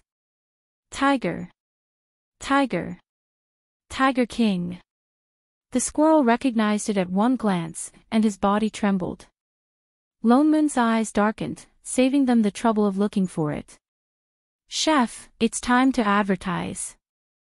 I Ching nodded and was about to summon his sword. Forget it, I'll go.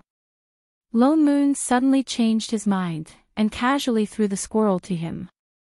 If you go, you'll definitely be finished with one sword again. Advertisements and whatnot, of course the more gorgeous, high-end, and shocking the better. At this time, the tiger demon below had already collapsed the city wall, and the people in the town were fleeing in panic. The tiger demon roared, leaped up, and opened its bloody mouth. Just as it was about to bite towards the crowd, suddenly, a golden light flashed. A translucent barrier suddenly appeared in front of everyone, and the light of the array formation shone brightly. Countless golden array formations appeared in the sky, and in an instant, the entire town was reflected in a golden light. That barrier grew bigger and bigger, and directly enveloped the entire town inside. "Tiger demon, don't you dare do evil." A deep male voice seemed to come from the sky and instantly spread to everyone's ears. Seeing that the tiger demon was unable to cross the barrier no matter how hard it tried, the panicking crowd instantly quietened down. They all looked up into the sky in shock, only to see a man in fluttering white clothes standing in the air.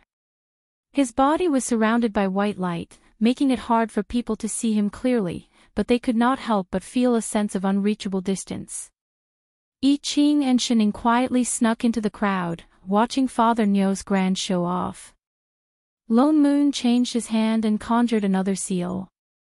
Suddenly, another array appeared and fell directly on the tiger demon below. A huge pressure immediately pressed down on the demon below. The tiger demon could not stand steadily and was about to be suppressed to the ground. Seeming to understand that it was no match for the tiger demon, it turned around and wanted to escape. However, the person in the sky raised his hand, and instantly, a row of swords fell from the sky, directly cutting off its escape route. One of the swords even pierced its front paw, causing the tiger demon to immediately let out a cry. But that ethereal voice sounded again. "Tiger demon, your body is full of blood and resentment. You have violated the taboo of cannibalism and brought disaster to the people. Your sin is unforgivable. Today, I will help the people of this town and get rid of you, the scourge."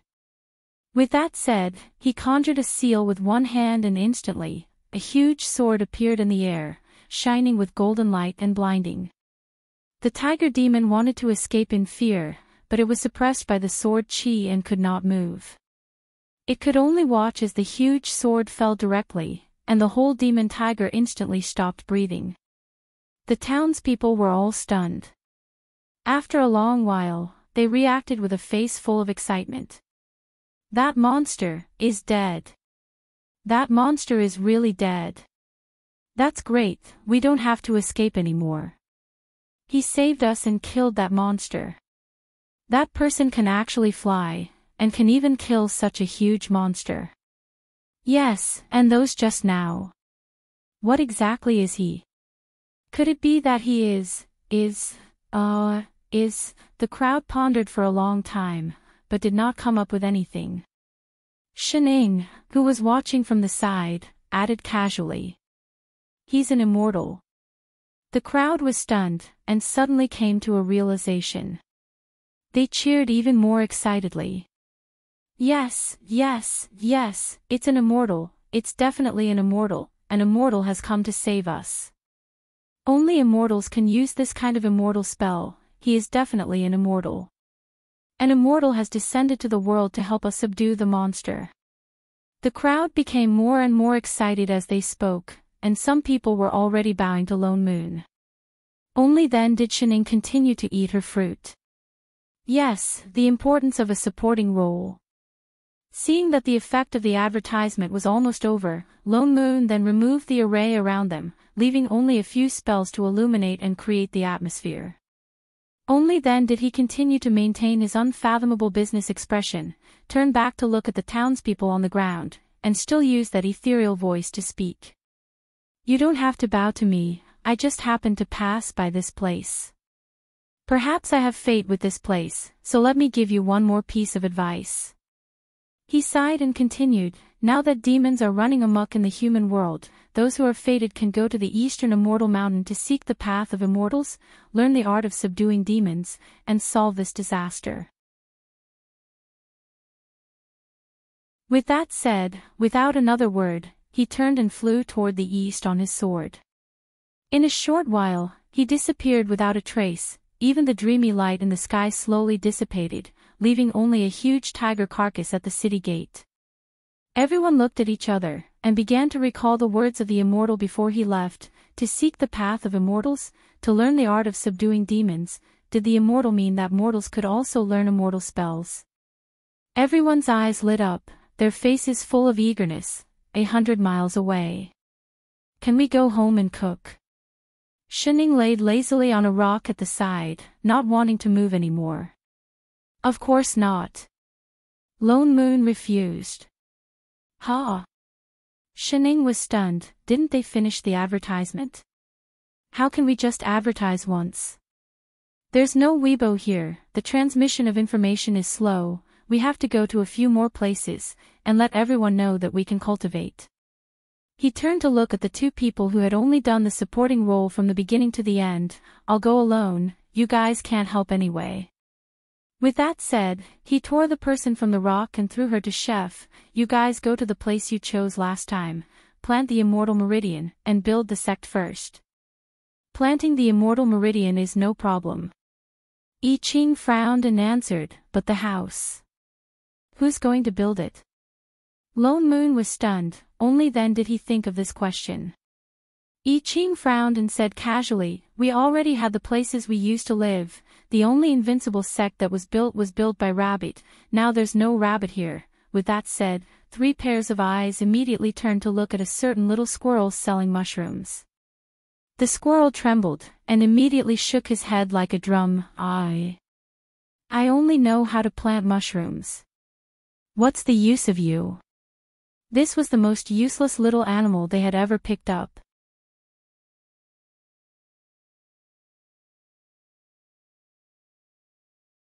Chapter 5:10. Perhaps the disdain in their eyes was too obvious. The squirrel could only add weakly, how about I build a nest for you? He still knew how to build a nest. A very big one. The 3. Who wants to live in your nest? Forget it. Lone Moon took out a white box and handed it to Yi Ching. This is a cave abode that Fatty made when he was practicing last time. It's not big, just make do with it. He took out a summoning amulet and asked Fatty to come over as soon as possible. I'll meet up with you in a few days. Also, he pointed at the squirrel demon. Find a place to release this mushroom. He explained everything, focusing on Shining, before summoning his flying sword. Just as he was about to fly away, he gritted his teeth and turned back, taking out the snacks he collected from Shining last time and stuffed them back. Stay here and eat your fruits, don't lose them again. Shen Ying's eyes lit up. Yes, Father Nyo, no problem, Father Nyo. Lone Moon then turned and flew away with the expression of a worried old father. He was tired to death for his troublesome children. For mortals who had not come into contact with immortal cultivation, it was quite easy to deceive. No, it was quite easy to advertise. Lone Moon only set up a few small spells everywhere and subdued a few troublesome demon beasts along the way. Slowly, the rumor that there was an immortal mountain in the east and fated people could ascend it to seek immortality spread throughout the entire human continent, and many people had already begun to set out to find the immortal mountain. Lone Moon also distributed a few maps at the right time, and spread rumors that the younger one was, the easier it was to cultivate and so on. There would definitely be a lot of people going there. The advertising here was very successful, but when he thought of those 2 troublesome prodigals, his heart was in a mess, and he felt that it would be abnormal if they did not cause some trouble. So when he finished his work and hurried back, he saw that Spirit Peak floating high in the air, surrounded by immortal chi, and especially that magnificent building on top of the Spirit Peak. He could not react for a moment. This was Chef and Shen Ying's doing. He subconsciously released his divine sense and scanned the place. He found that it was not transformed from an artifact. It was a real palace, and there was a large group of them. He could still vaguely sense the aura of the immortal meridian flowing on the ground, but the peak was filled with spiritual energy, and even the conversion of the spiritual energy had been completed. The family's prodigal son had suddenly become so obedient and capable. The old father was a little confused. He turned around and walked towards the back of the hall. "Father Nyo, you're back." Shining waved a hand in greeting, then quickly swept the food into her own bowl. The corner of Loneman's mouth twitched. He sat down at the table and looked around. "Chef, what's with these palaces? Who did you capture to build it?" "I didn't capture anyone." I Ching answered seriously. "It was all built by Master Shining." Lone Moon narrowed his eyes suspiciously. "I'd believe you if you said she would demolish a house." "Building a house, hee hee. Wait." He immediately stood up and carefully looked around. He was too shocked just now to notice. "Why do I feel that the layout of this house is a little familiar? Why does it look a little like Hongmeng's?" "You guessed right. It's Purple Night Palace." I Ching answered seriously. "You pulled Hongmeng over and made him build one just like that." "That's not it." I Ching shook his head. "Master said that building a house is too troublesome. Anyway, Hongmeng has ready-made houses. We can just move it over and use it." "So?" The corner of Loneman's mouth twitched. "You move the entire Purple Night Palace over. That's the fastest way. Can I ask, what's left over there?" I Ching thought about it. "There's still the square in front." After all, there were still many divine beings who had not woken up from their meditation. Lone Moon was silent for a while, then took a deep breath. "Chef!" He clenched his fists by his side and patted Lone Moon's shoulder. With a serious face, he raised his thumb. "Good job." I Ching, Shining, after teaching for so many years, these two finally had some of her old father's true teachings. She was a little gratified. On the other side of the sea, Purple Night Palace was left with a bare mountain top. Hong bankrupt Meng stood on the empty square, feeling a sense of desolation in his heart. "Brother Hong, do you want a carrot to calm you down?" Rabbit could not bear to leave, so he handed a carrot over. "Hong Meng, one may not be enough."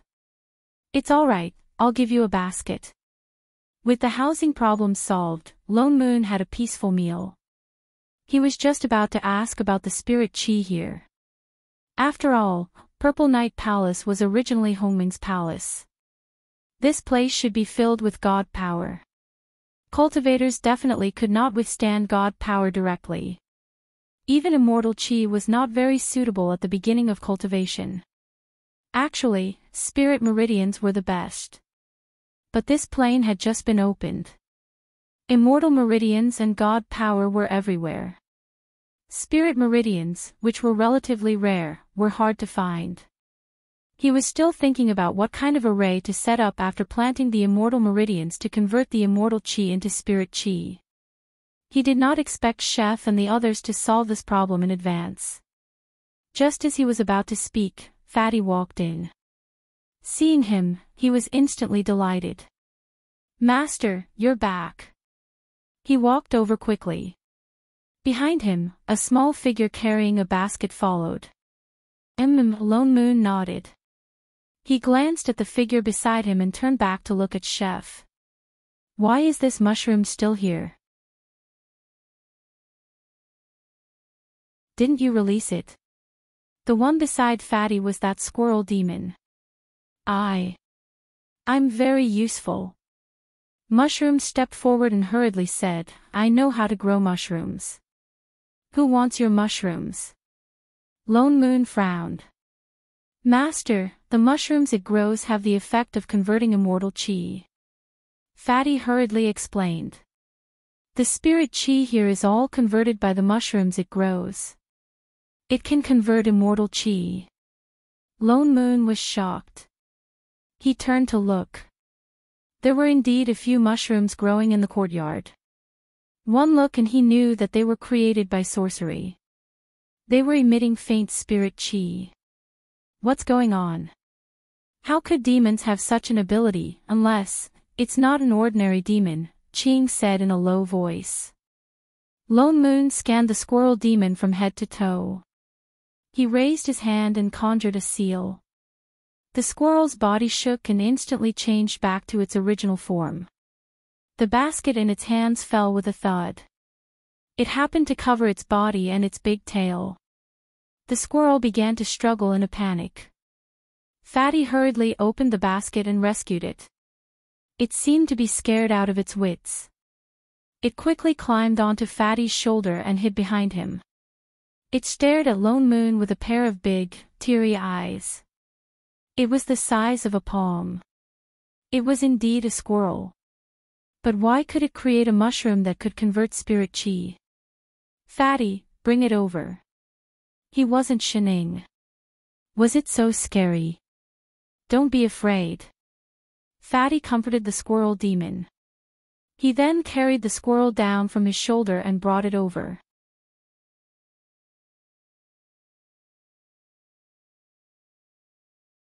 Chapter 5:11. Lone Moon adjusted a bit of immortal chi and reached out to touch the squirrel's forehead. After checking its body, his eyes widened. Spirit chi. This squirrel demon's meridians were filled with wood spirit chi, and there was no demonic chi at all. He had thought that it was a little demon that had just gained sentience, which was why its demonic chi was so weak. It turned out that it did not have any at all. And the aura of the wood spirit chi was vaguely familiar, just like a carrot. You're a vegetation spirit. Lone Moon was shocked.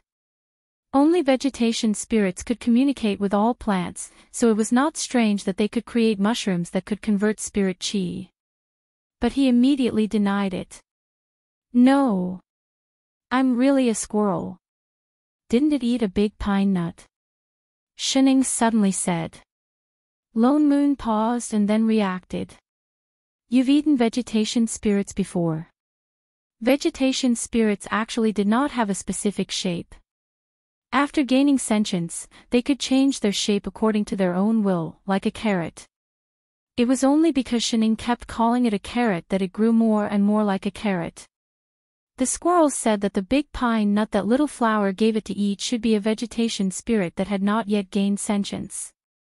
That was why it became a demon and had wood spirit chi all over its body. Its level was still low now, so it could only plant all kinds of mushrooms. When its cultivation level increased, as long as it had seeds, it would probably be able to plant all kinds of immortal herbs. Who knew how many cultivators would fight over it? Master. Fatty could not help but speak up. It's a little demon with nowhere to go. If it goes out, it will probably become food for other demons. Let it stay here. I will take care of it. Lone Moon glanced at Fatty. Was he thinking about his own situation, so he sympathized with this squirrel? Suddenly, he wanted to ask, do you still remember the rabbit at Daming Lake? If you want to stay, then stay. This would save him the trouble of setting up a new array and converting spirit chi. Fatty was instantly delighted. Just as he was about to say something, Lone Moon changed the topic and added, the fee for taking care of it will be deducted from your account book. Fatty tripped and almost fell. He felt that the burden, debt, on his shoulders had become even heavier. But Lone Moon sat back down. Don't think that just because you call me master, you don't have to pay your debt. He was not willing to take care of just anyone. Shining and I Ching. Calmly munching on the food, the immediate family expressed that they had nothing to fear. A few months later. On the open space on the east side of the continent, a dense crowd had gathered. Most of them were children around the age of 10, but there were also youths in their 20s or 30s. Some wore gorgeous clothes, while others were in tatters. They seemed to be people from all walks of life, and they were all looking around excitedly. These were the first batch of people who had heard the news and gathered here to try their luck. Recently, a rumor began to spread in various countries in the human world. At noon today, a celestial mountain would appear and accept disciples. Those who were fated could enter the mountain to cultivate. They would have the opportunity to learn extraordinary skills and might even ascend to become an immortal. Although this rumor came from a strange place, there were still many people who came from afar to witness this so-called celestial mountain. However, when they arrived, they didn't see a celestial mountain. They only saw a strange stone by the sea. On it were the words, Celestial Ascension. The words glowed with a faint golden light. It didn't seem ordinary. What immortal mountain? It's just a piece of rock. Some of the people who had come from afar couldn't help but feel disappointed when they saw that. Yeah, where are the immortals? They made us come all the way here. Why don't we come out to take a look? It seems that all the things about cultivating to become an immortal are lies. Although there were many people here, most of them didn't really come to become immortals. Instead, they were here to watch the show. In the end, they didn't see the show and only saw a piece of rock. It was inevitable that they lost their patience and wanted to leave. However, there were still more people who stayed, including some who had actually seen the immortals. You can't say that. Didn't you say it was noon? It's not time yet. Yeah, I've seen the immortals with my own eyes. The celestial mountain must be here. That's right. Maybe it's because we are mortals and haven't seen it at all. Everyone thought about it and agreed. Since they were already here, they didn't mind waiting for a few more days. The sun rose higher and higher, and the surrounding temperature also became hotter. The crowd that had gathered decreased a little. Soon, it was noon. Apart from that piece of rock, there was still no celestial mountain, let alone immortals. Everyone revealed a disappointed look. It's a lie indeed. Someone couldn't help but curse. I don't know who spread the rumor. I must find the culprit and beat him up. With that said, he lifted his leg and kicked the strange rock beside him. But there was a loud bang, and the rock instantly emitted a blinding light that shot into the sky. The person was so scared that he fell to the ground. The restless crowd suddenly quietened down. They widened their eyes and looked at the scene in front of them in shock. They saw the golden light on the rock suddenly spread to both sides. As if a layer of curtain had been lifted, the sky suddenly shook. The coastline, which was originally a straight line, suddenly changed. Suddenly, mountains appeared, hidden in the clouds. And above the mountains, a huge floating peak hung high in the sky. The peak was surrounded by clouds and mist, and the ground was bathed in sunlight. One could faintly see a magnificent palace on the top of the mountain. Immortal. Immortal mountain. It's an immortal mountain. Someone exclaimed loudly. Everyone stared at the mountain floating in the sky. There was no longer any doubt in their hearts. So there really was an immortal mountain. At this time, in the main hall. Who placed the spirit testing stone under the mountain? Lone Moon turned and asked. The advertisement had almost gone to waste. It's me. Fatty raised his hand weakly. Why did you block the entrance with the spirit testing stone? He had no choice but to open the protective mountain array. Did he know how many spirit stones it would cost to open it? Master, didn't you say that we need to select disciples with spirit roots before we can go up the mountain? Without spirit roots, one could not cultivate. Fatty lowered his head weakly. In the past, all the immortal sects did this. Lone Moon stiffened. Forget it. Put down the immortal ascension ladder. He silently made another note on Fatty's debt. Yes, master. Fatty stood up and took out a stone Dharma artifact. He was just about to throw it out. Wait. Lone Moon added. Add another spirit selection array. That way, people without spirit roots could not go up, and there would be no need for the spirit testing stone. Fatty nodded and added an array on the Dharma artifact. He activated his spirit chi and threw it out. At the seaside below, a white path suddenly appeared in front of everyone's eyes. It meandered towards the mountain in front of them. "It's the path to the immortal mountain," someone exclaimed. Only then did everyone seem to wake up from their stupor and scramble to run towards the road.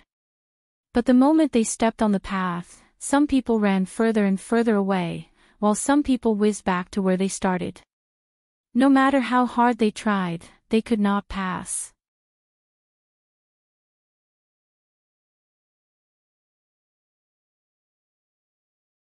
Chapter 5:12.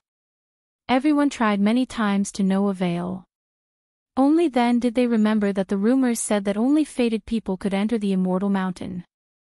They had no choice but to retreat in disappointment. But there were very few people like that. Most of these people had spirit roots. The so-called immortal ascension ladder was actually used by the small world that Fatty was in to test and select new disciples. Different from the three azure realms, the sacred arrival world that Fatty was in had very few people without spirit roots. Immortal sects had a lot of resources and were naturally very strict about taking in disciples. Not only did they have to look at spirit roots, they also had to look at potential, enlightenment and other aspects. On the immortal ascension ladder, there were many sorcery that could affect one's state of mind. The clearer one's mind and the more determined one was, the faster they could reach the top.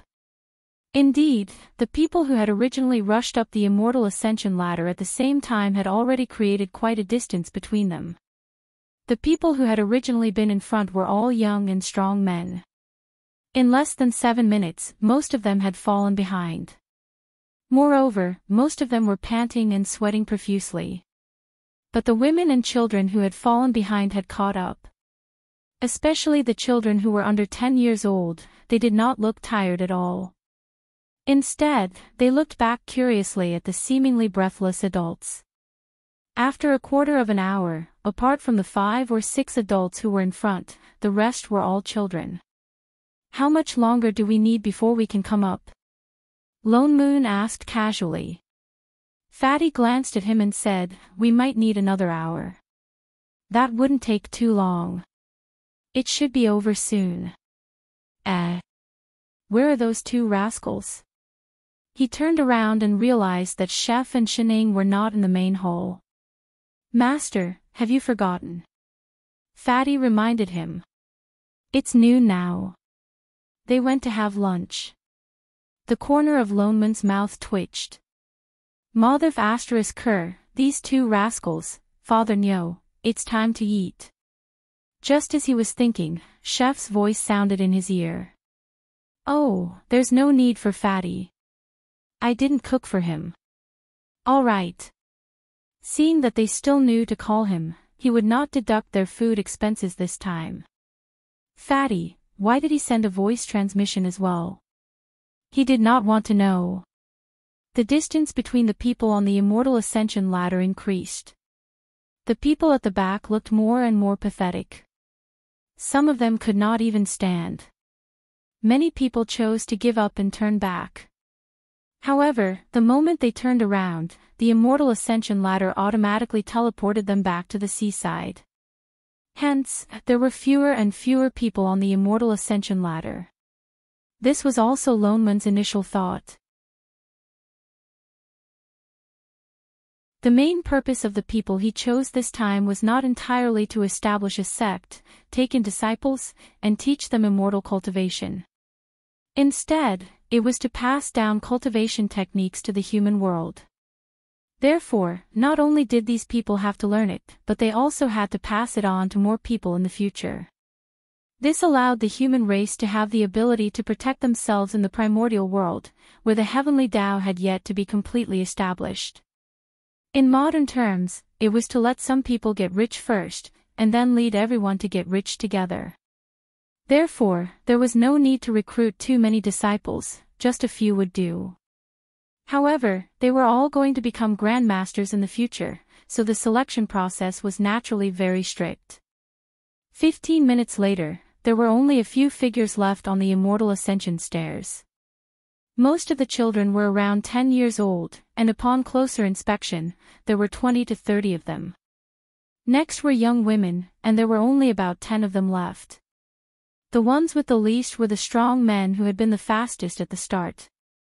What was amazing was that there were 2 older men among them. However, they were not at the bottom of the group. Instead, they were walking behind the 2 children. As for the 2 children, they were walking at the back of the group. They were also the most exhausted. They were a boy and a girl. Among all the children, only the little boy was panting and sweating profusely. It was not because of the array formation, but because he was carrying a little girl on his back. The 2 of them were about the same age. Naturally, it was difficult for him to carry her, but he still persisted. The only person left in the main hall, Fatty, looked at the 2 of them curiously. The little girl's face was pale and sickly. One look and he could tell that there was something wrong with her body. From time to time, she would take out a small handkerchief to wipe the boy's sweat. The 2 of them seemed to be related by blood. They were probably siblings. Perhaps because the 2 of them were so special, Fatty could not help but look at them. They were still a distance away from the peak. The immortal ascension stairs would only be open for 2 hours. If they were lucky, they should be able to reach the top. At this moment, the person walking at the front was almost at the top. Fatty thought of the squirrel demon who was still planting mushrooms at the entrance. With a turn of his body, he teleported to the entrance of the mountain. Indeed, a child who was not even 10 years old, with a pink face, had already appeared at the entrance of the mountain. The squirrel demon, who was diligently planting mushrooms at the side, jumped in fright. The spirit chi in his body surged out uncontrollably. With a few spluttering sounds, the ground around him was instantly filled with mushrooms. Monster! The child was shocked. Perhaps because he was too young, he did not know fear. Instead, he pointed at the squirrel demon and shouted. He even wanted to reach out to grab the squirrel demon's huge tail. Mushroom, Fatty called out and walked over. Great! Great immortal! The squirrel demon threw the mushroom that had fallen to the ground and hid behind Fatty. He looked at the child at the entrance of the mountain with an aggrieved expression. The child was stunned. Perhaps he recognized Fatty's identity. He immediately bowed respectfully. Chi Su Nation's Lu Zhen greets immortal elder. His eyes were still looking curiously at the squirrel demon beside him. Fatty nodded and pointed to the empty space beside him. You are the first person to reach the top. Wait at the side first. When the people behind you come up, I will bring you to see Master. Yes, immortal elder. Lu Zhen obediently stood to the side. He was dressed well. His family must be wealthy. That was why he was so polite at such a young age. But he was still a child. He could not help but look around curiously. Fatty did not wait long at the mountain gate. The people behind him had already arrived. The first few were all children. When the 5th person arrived, a woman appeared. Then, a young man and an elder came up. It was almost time. The stairway was starting to disappear from the bottom. Those who were still on it were immediately transported back. Just as the stairway was about to disappear completely, the boy carrying the little girl finally arrived. When he saw the mountain gate, his expression lit up. He seemed to use all his strength as he quickened his pace, wanting to climb the last few steps. Suddenly, a tall man rushed out from behind him. At this point, the stairway was about to disappear. He also quickened his pace. As if annoyed that the child was blocking his way, he pushed the person in front of him aside. Out of the way. Then, at the last moment, he reached the top of the mountain. When he looked up, he saw Fatty surrounded by immortal chi. Before he had time to rejoice, his figure flashed and he was transported back to the seaside.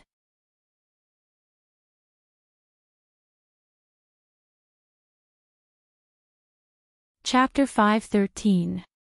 Fatty furrowed his brows.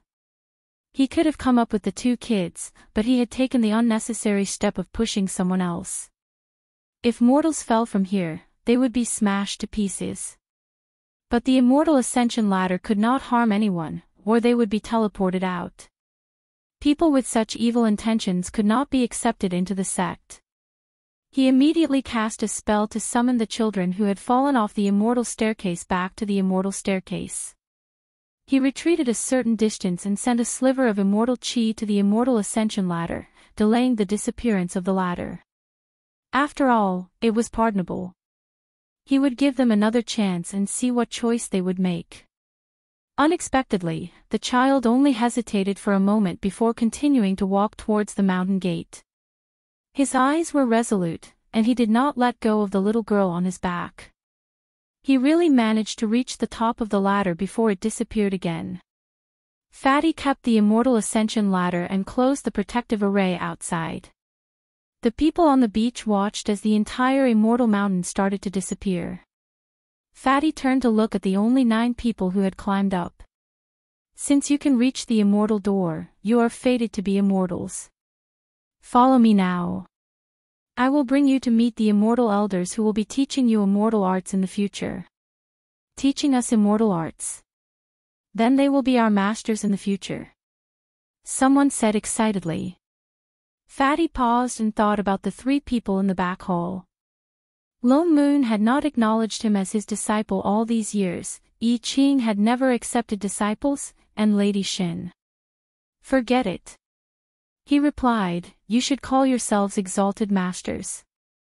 They will teach you cultivation, but they will not accept you as disciples. Everyone was a little disappointed, but they still followed him to the back hall, their eyes filled with anticipation.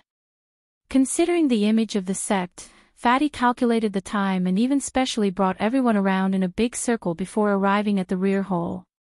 As expected, they had already finished eating. From afar, they could see 3 people sitting in the courtyard. There were 2 men and 1 woman. The man on the left was drinking tea, while the woman in the middle was leaning on a chair, chewing on a fruit. The other man was pouring tea for her. Apart from the woman in the middle, the other 2 were surrounded by immortal chi. Master. Fatty looked at Lone Moon and said, the selected disciples have arrived. There are 9 in total. 9. Lone Moon paused. What a coincidence. The first batch of Invincible Sect disciples also consisted of 9 people. He scanned the group. Apart from 3 adults, the rest were all little radishes. Greetings, immortal elder. The 3 adults cupped their fists and bowed. The other children followed suit and bowed as well. Yes. Lone Moon nodded. He put down the cup of tea in his hand and stood up. Since you have passed the test of the immortal ascension ladder, you have officially entered the immortal sect. Everyone's eyes lit up. They were even more excited than before. Nowadays, demons are running amok in the human world, and there are even more dangers in the outside world that you can't even imagine. I'm teaching you the art of cultivation because I want to wait until you've mastered it before you can establish your own sects and raise even more cultivators to resolve the dangers in the world. Lone Moon spoke his mind directly. That's why I hope that all of you will work hard in your cultivation in the future. Only then will you have the ability to teach others. Yes, immortal elder. They replied in unison. Yes. Lone Moon nodded and introduced himself. My Taoist name is Lone Moon. That's I Ching. The one beside him is not important. He would not remember them anyway. Shening. Son of AB*TCH. From tomorrow onwards, we will officially teach you the art of cultivation. Today, all of you can first Lone Moon was just about to make arrangements for their accommodations. Immortal Elder. A child on the right suddenly cried out. With a plop, he knelt down in front of Lone Moon. Immortal Elder, please save my younger sister. As long as you can save her, I will do anything you want me to do. With that said, he began to kowtow to Lone Moon. Beside him was a little girl who seemed to be in a daze. She seemed to be unable to stand on her own and was being supported by an adult girl beside her. Lone Moon looked questioningly at Fatty. Fatty hesitated for a moment. It was obvious that he did not know what was going on, but he added, "This child's younger sister seems to be ill." He carried her on his back all the way up the immortal ascension ladder. Oh. Lone Moon looked at the child on the ground. Tell me, what exactly happened? Replying Immortal Elder, the little boy replied immediately. A few years ago, my younger sister was accidentally bitten by a monster. Since then, she has been unable to walk. The villagers all said that she was an inauspicious person and would bring disaster. They chased us out. Immortal Elder, you are an immortal. You must have a way to cure my younger sister, right?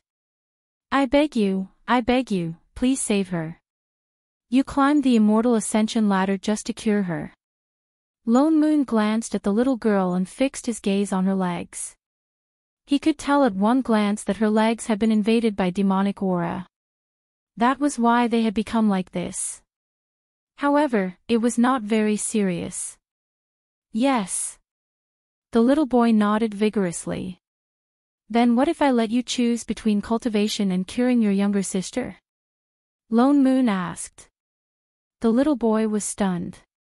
He did not expect Lone Moon to say this. He turned back to look at the little girl behind him and gritted his teeth. I choose my younger sister. Immortal Elder, please grant me my wish. Lone Moon nodded. This was a good child. He stood up and walked to the little girl's side. He lifted his hand and dispelled the demonic aura on her legs. The little girl hesitated. Suddenly, she felt that her legs had regained strength. She subconsciously stood up straight. Her eyes widened in disbelief. Brother, I can walk now. The little boy was ecstatic. He immediately pulled his younger sister to kneel down with him. Thank you, Immortal Elder. Thank you, Immortal Elder, there's no need. Lone Moon reached out to support him.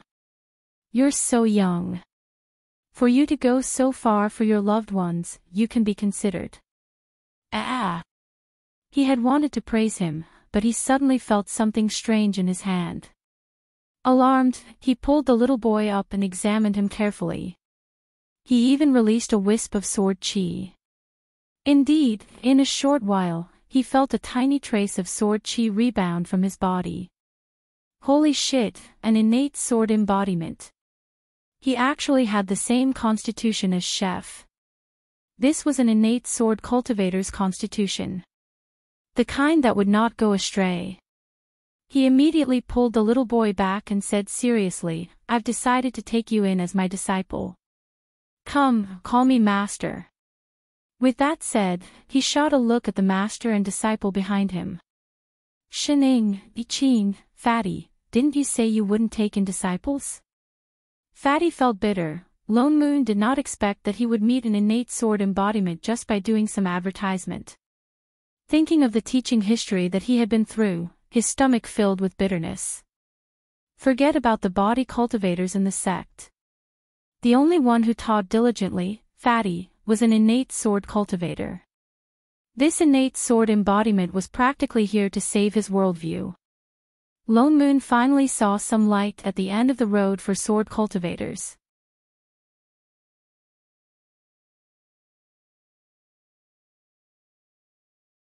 Chapter 5:14. Lone Moon immediately accepted a disciple and insisted that he would completely isolate Xin Ying's negative influence. He taught her step by step. Even Chef was isolated. He didn't believe he couldn't teach a pure sword cultivator. Lone Moon even specially gave him a Taoist name, Jian Xing. It meant the prosperity of the sword cultivator business. Anyway, these people were going to go out in the future and establish their own sections. By then, he would establish a sword cultivator sect. Just thinking about it made him happy. So he taught even more energetically, from basic swordsmanship to guiding qi into the body. He was unprecedentedly serious. And Jian Xing was indeed smart. Among everyone, he was the first to succeed in guiding qi into the body. As for the others, the introductory teaching was basically handed over to Fatty. Lone Moon only occasionally gave them a few pointers. In addition, apart from being handicapped in swordsmanship, Fatty was an all-rounder in all other aspects. There was basically no problem teaching him. Among them, none of them had natural sword embodiment. Most of them were average, including Jian Xing's sister, Zhi Lin, who had 4 spirit roots. But fortunately, their comprehension was acceptable. Although they couldn't cultivate to become mighty figures, they could still establish their own sects and be teachers of Tao. In addition, this plane had just been born, it was a good time for cultivation. As long as they didn't slack off, it wasn't very difficult to become immortal.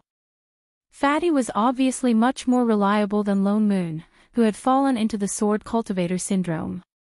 After observing everyone's preferences for a few months, he began to teach them in a targeted manner. Only when there was a problem with swordsmanship would he ask I Ching to come out and help out. So everyone in the sect threw themselves into the business of cultivation, except Shening. As a 10,000-year-old mascot, Shen Ying's contribution to the sect had always been only one mission, watering. In the past, with Radish around, she had to go to the back mountain to water it every day. Now that Radish was replaced by mushrooms, she had to water the mushrooms planted by the squirrel demon every day. Perhaps because of a fruit from before, the squirrel had a good impression of Shening. In addition, the immortal meridian on this mountain happened to be planted in the back mountain. The squirrel had to plant mushrooms near the immortal meridian every day to completely convert the immortal qi into spirit qi. The general process was for the squirrel to plant in front, and she to water in the back.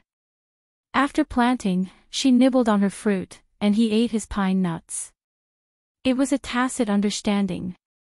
Greetings, immortals. While the two of them were eating, a young girl's voice came from behind them. They turned around and saw a girl in white bowing to them. She was a little short and looked to be around 10 years old. Her face was very delicate, and it could be seen that she would grow up to be graceful. Mushroom was familiar with Fatty and recognized that this girl was the disciple that Lone Moon had taken in, Jian Xing's younger sister. Her name seemed to be Zhi Lin. He immediately jumped down from the rock and shook his hand in a panic. I'm not some exalted immortal. You can just call me Mushroom. It had just gained sentience not long ago and had never had a name. Shening called it Mushroom, so it decided to call it Mushroom. Sister Mushroom.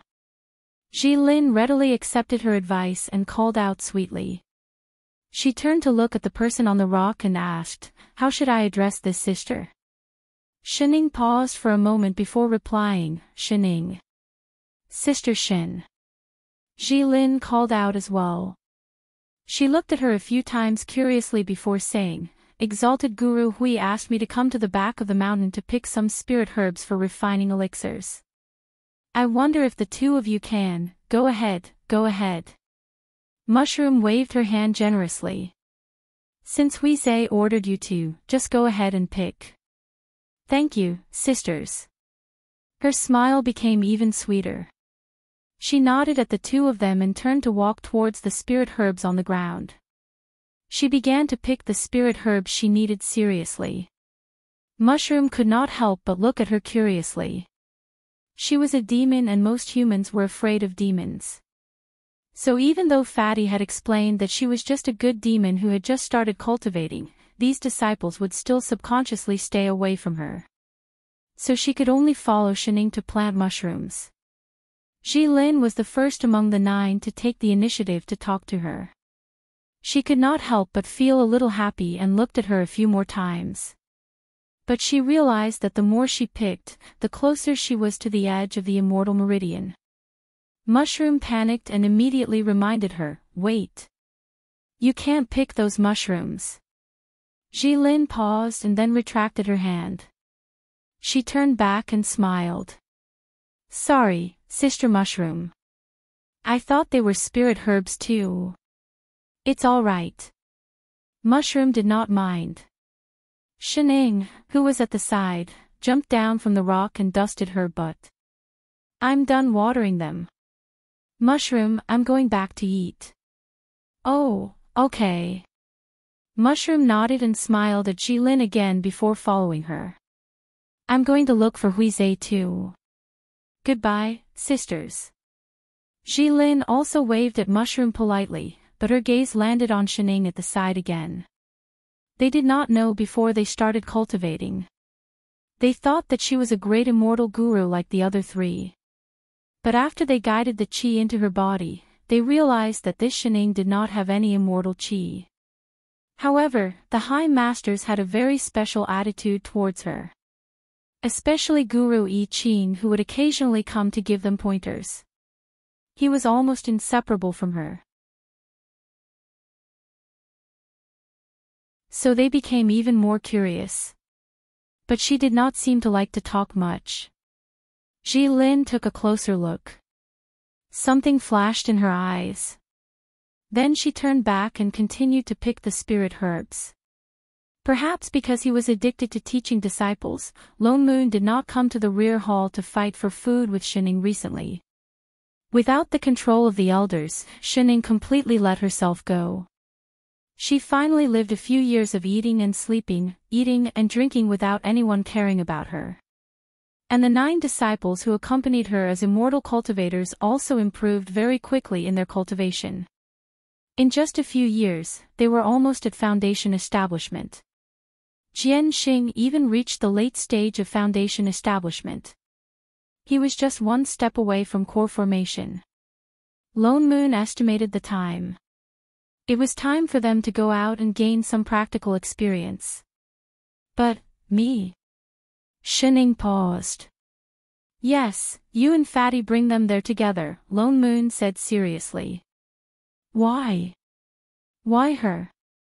There are 2 more races fighting on the divine races side. And it's near Purple Night Palace." Lone Moon frowned. "There are a bunch of people who have not woken up yet. Hong Meng called us back urgently to catch them and bring them back for lessons. Chef was in charge of catching, he was in charge of teaching." "Oh. The place I chose for training happens to be near the segregated area by the sea.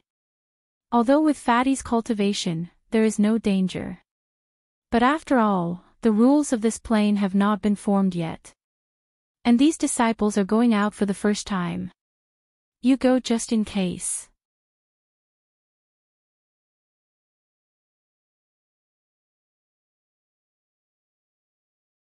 Chapter 5:15.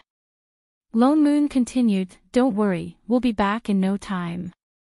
Anyway, you just have to follow along. Unless it's absolutely necessary, there's Fatty to take care of everything else." Sigh, so troublesome. Troublesome my ass. You're a manager after all, can't you have some self-awareness of your position? Lone Moon stuffed a bag into her hands. "Here. This is the food chef prepared for you for these few days. Let's go quickly." With that said, without waiting for Chef who was washing the vegetables to return, he pushed Shining onto the departing pirate ship.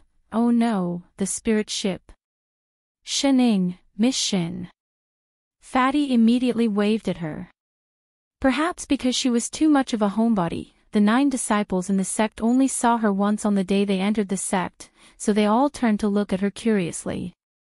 The group of children back then had all grown up into young men and women. Shining lifted the bag in her hands, it seemed to be quite heavy, before walking towards Fatty.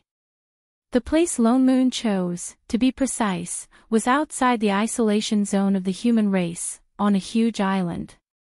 There were spirit herbs everywhere, and no one had set foot on it for a long time. In addition, there were all kinds of demon beasts that had not developed intelligence, and all kinds of sounds could be heard from afar. It was indeed a good place for training. Fatty steered the spirit ship to land on a flat piece of land. This was the edge of the island, and it was relatively safe. But there were also spirit herbs everywhere. The eyes of the two disciples who specialized in alchemy lit up. Fatty released his divine perception and scanned for a while before letting the disciples go out. Since it was their training, Fatty did not care much. He just let them decide which direction to go. The one with the highest cultivation among the 9 was Jian Xing, and he was also Lone Moon's in-house disciple, so the others seemed to see him as the leader. After picking a few spirit herbs, the few of them finally decided to head towards the center of the island. Fatty and Shining followed far behind. The island was filled with all kinds of spirit herbs and all kinds of cultivation materials. There was much more variety than in the sect. The disciples who rarely came out naturally would not let go of this opportunity. So most of the time was spent on collecting these materials. Among them, they also encountered sudden attacks from demon beasts, but they were not very powerful, and the few of them could deal with them together. Although some people were injured, they were more scared than hurt, and continued to push forward. Perhaps it was the novelty of coming out for experience for the first time. These disciples were full of energy. In just a few days, they had already traveled a long distance. However, he had to stop once a day in the morning, afternoon, and evening.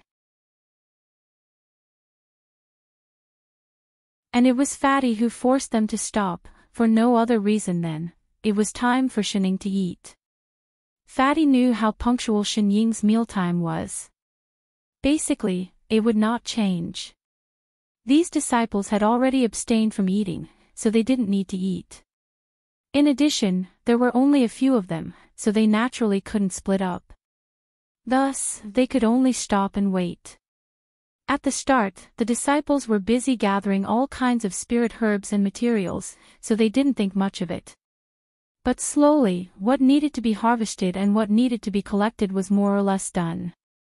Everyone still had to stop and wait for her to finish eating every day, so they could not help but have some opinions about this. Their faces were faintly filled with dissatisfaction, especially a few of the younger ones, who looked at Shining with hidden anger in their eyes. Shining, on the other hand, did not react at all.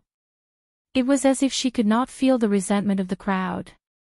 She continued to eat her food like a whirlwind. She even raised her head to look at Fatty, then kindly handed him a bowl of plain rice. Here. The corner of Fatty's mouth twitched. Instantly, he thought of those days where he ate plain rice. It's all right, Miss Shen. I've already succeeded in abstaining from eating. Don't tempt me. Oh. Shining took back the rice she had just refilled and took a bite. I was just asking. So you didn't even want to give it to me? Fatty frowned. He turned back to look at the 9 disciples waiting at the side. He had taught these people for so many years, so he could naturally guess what they were thinking. Thus, he explained, Master has instructed that during this experiential training, we must not disturb Miss Shin while she eats and sleeps. Especially when she sleeps. Although he did not understand why Master emphasized on sleeping, he still patiently advised, cultivation is not something that can be achieved in a day. The main purpose of this tribulation is to train your state of mind. You must remember this. The few of them were stunned for a moment. Their expressions changed. Especially the older ones, they immediately reacted and no longer looked as impatient as before. But there were still a few who were indignant.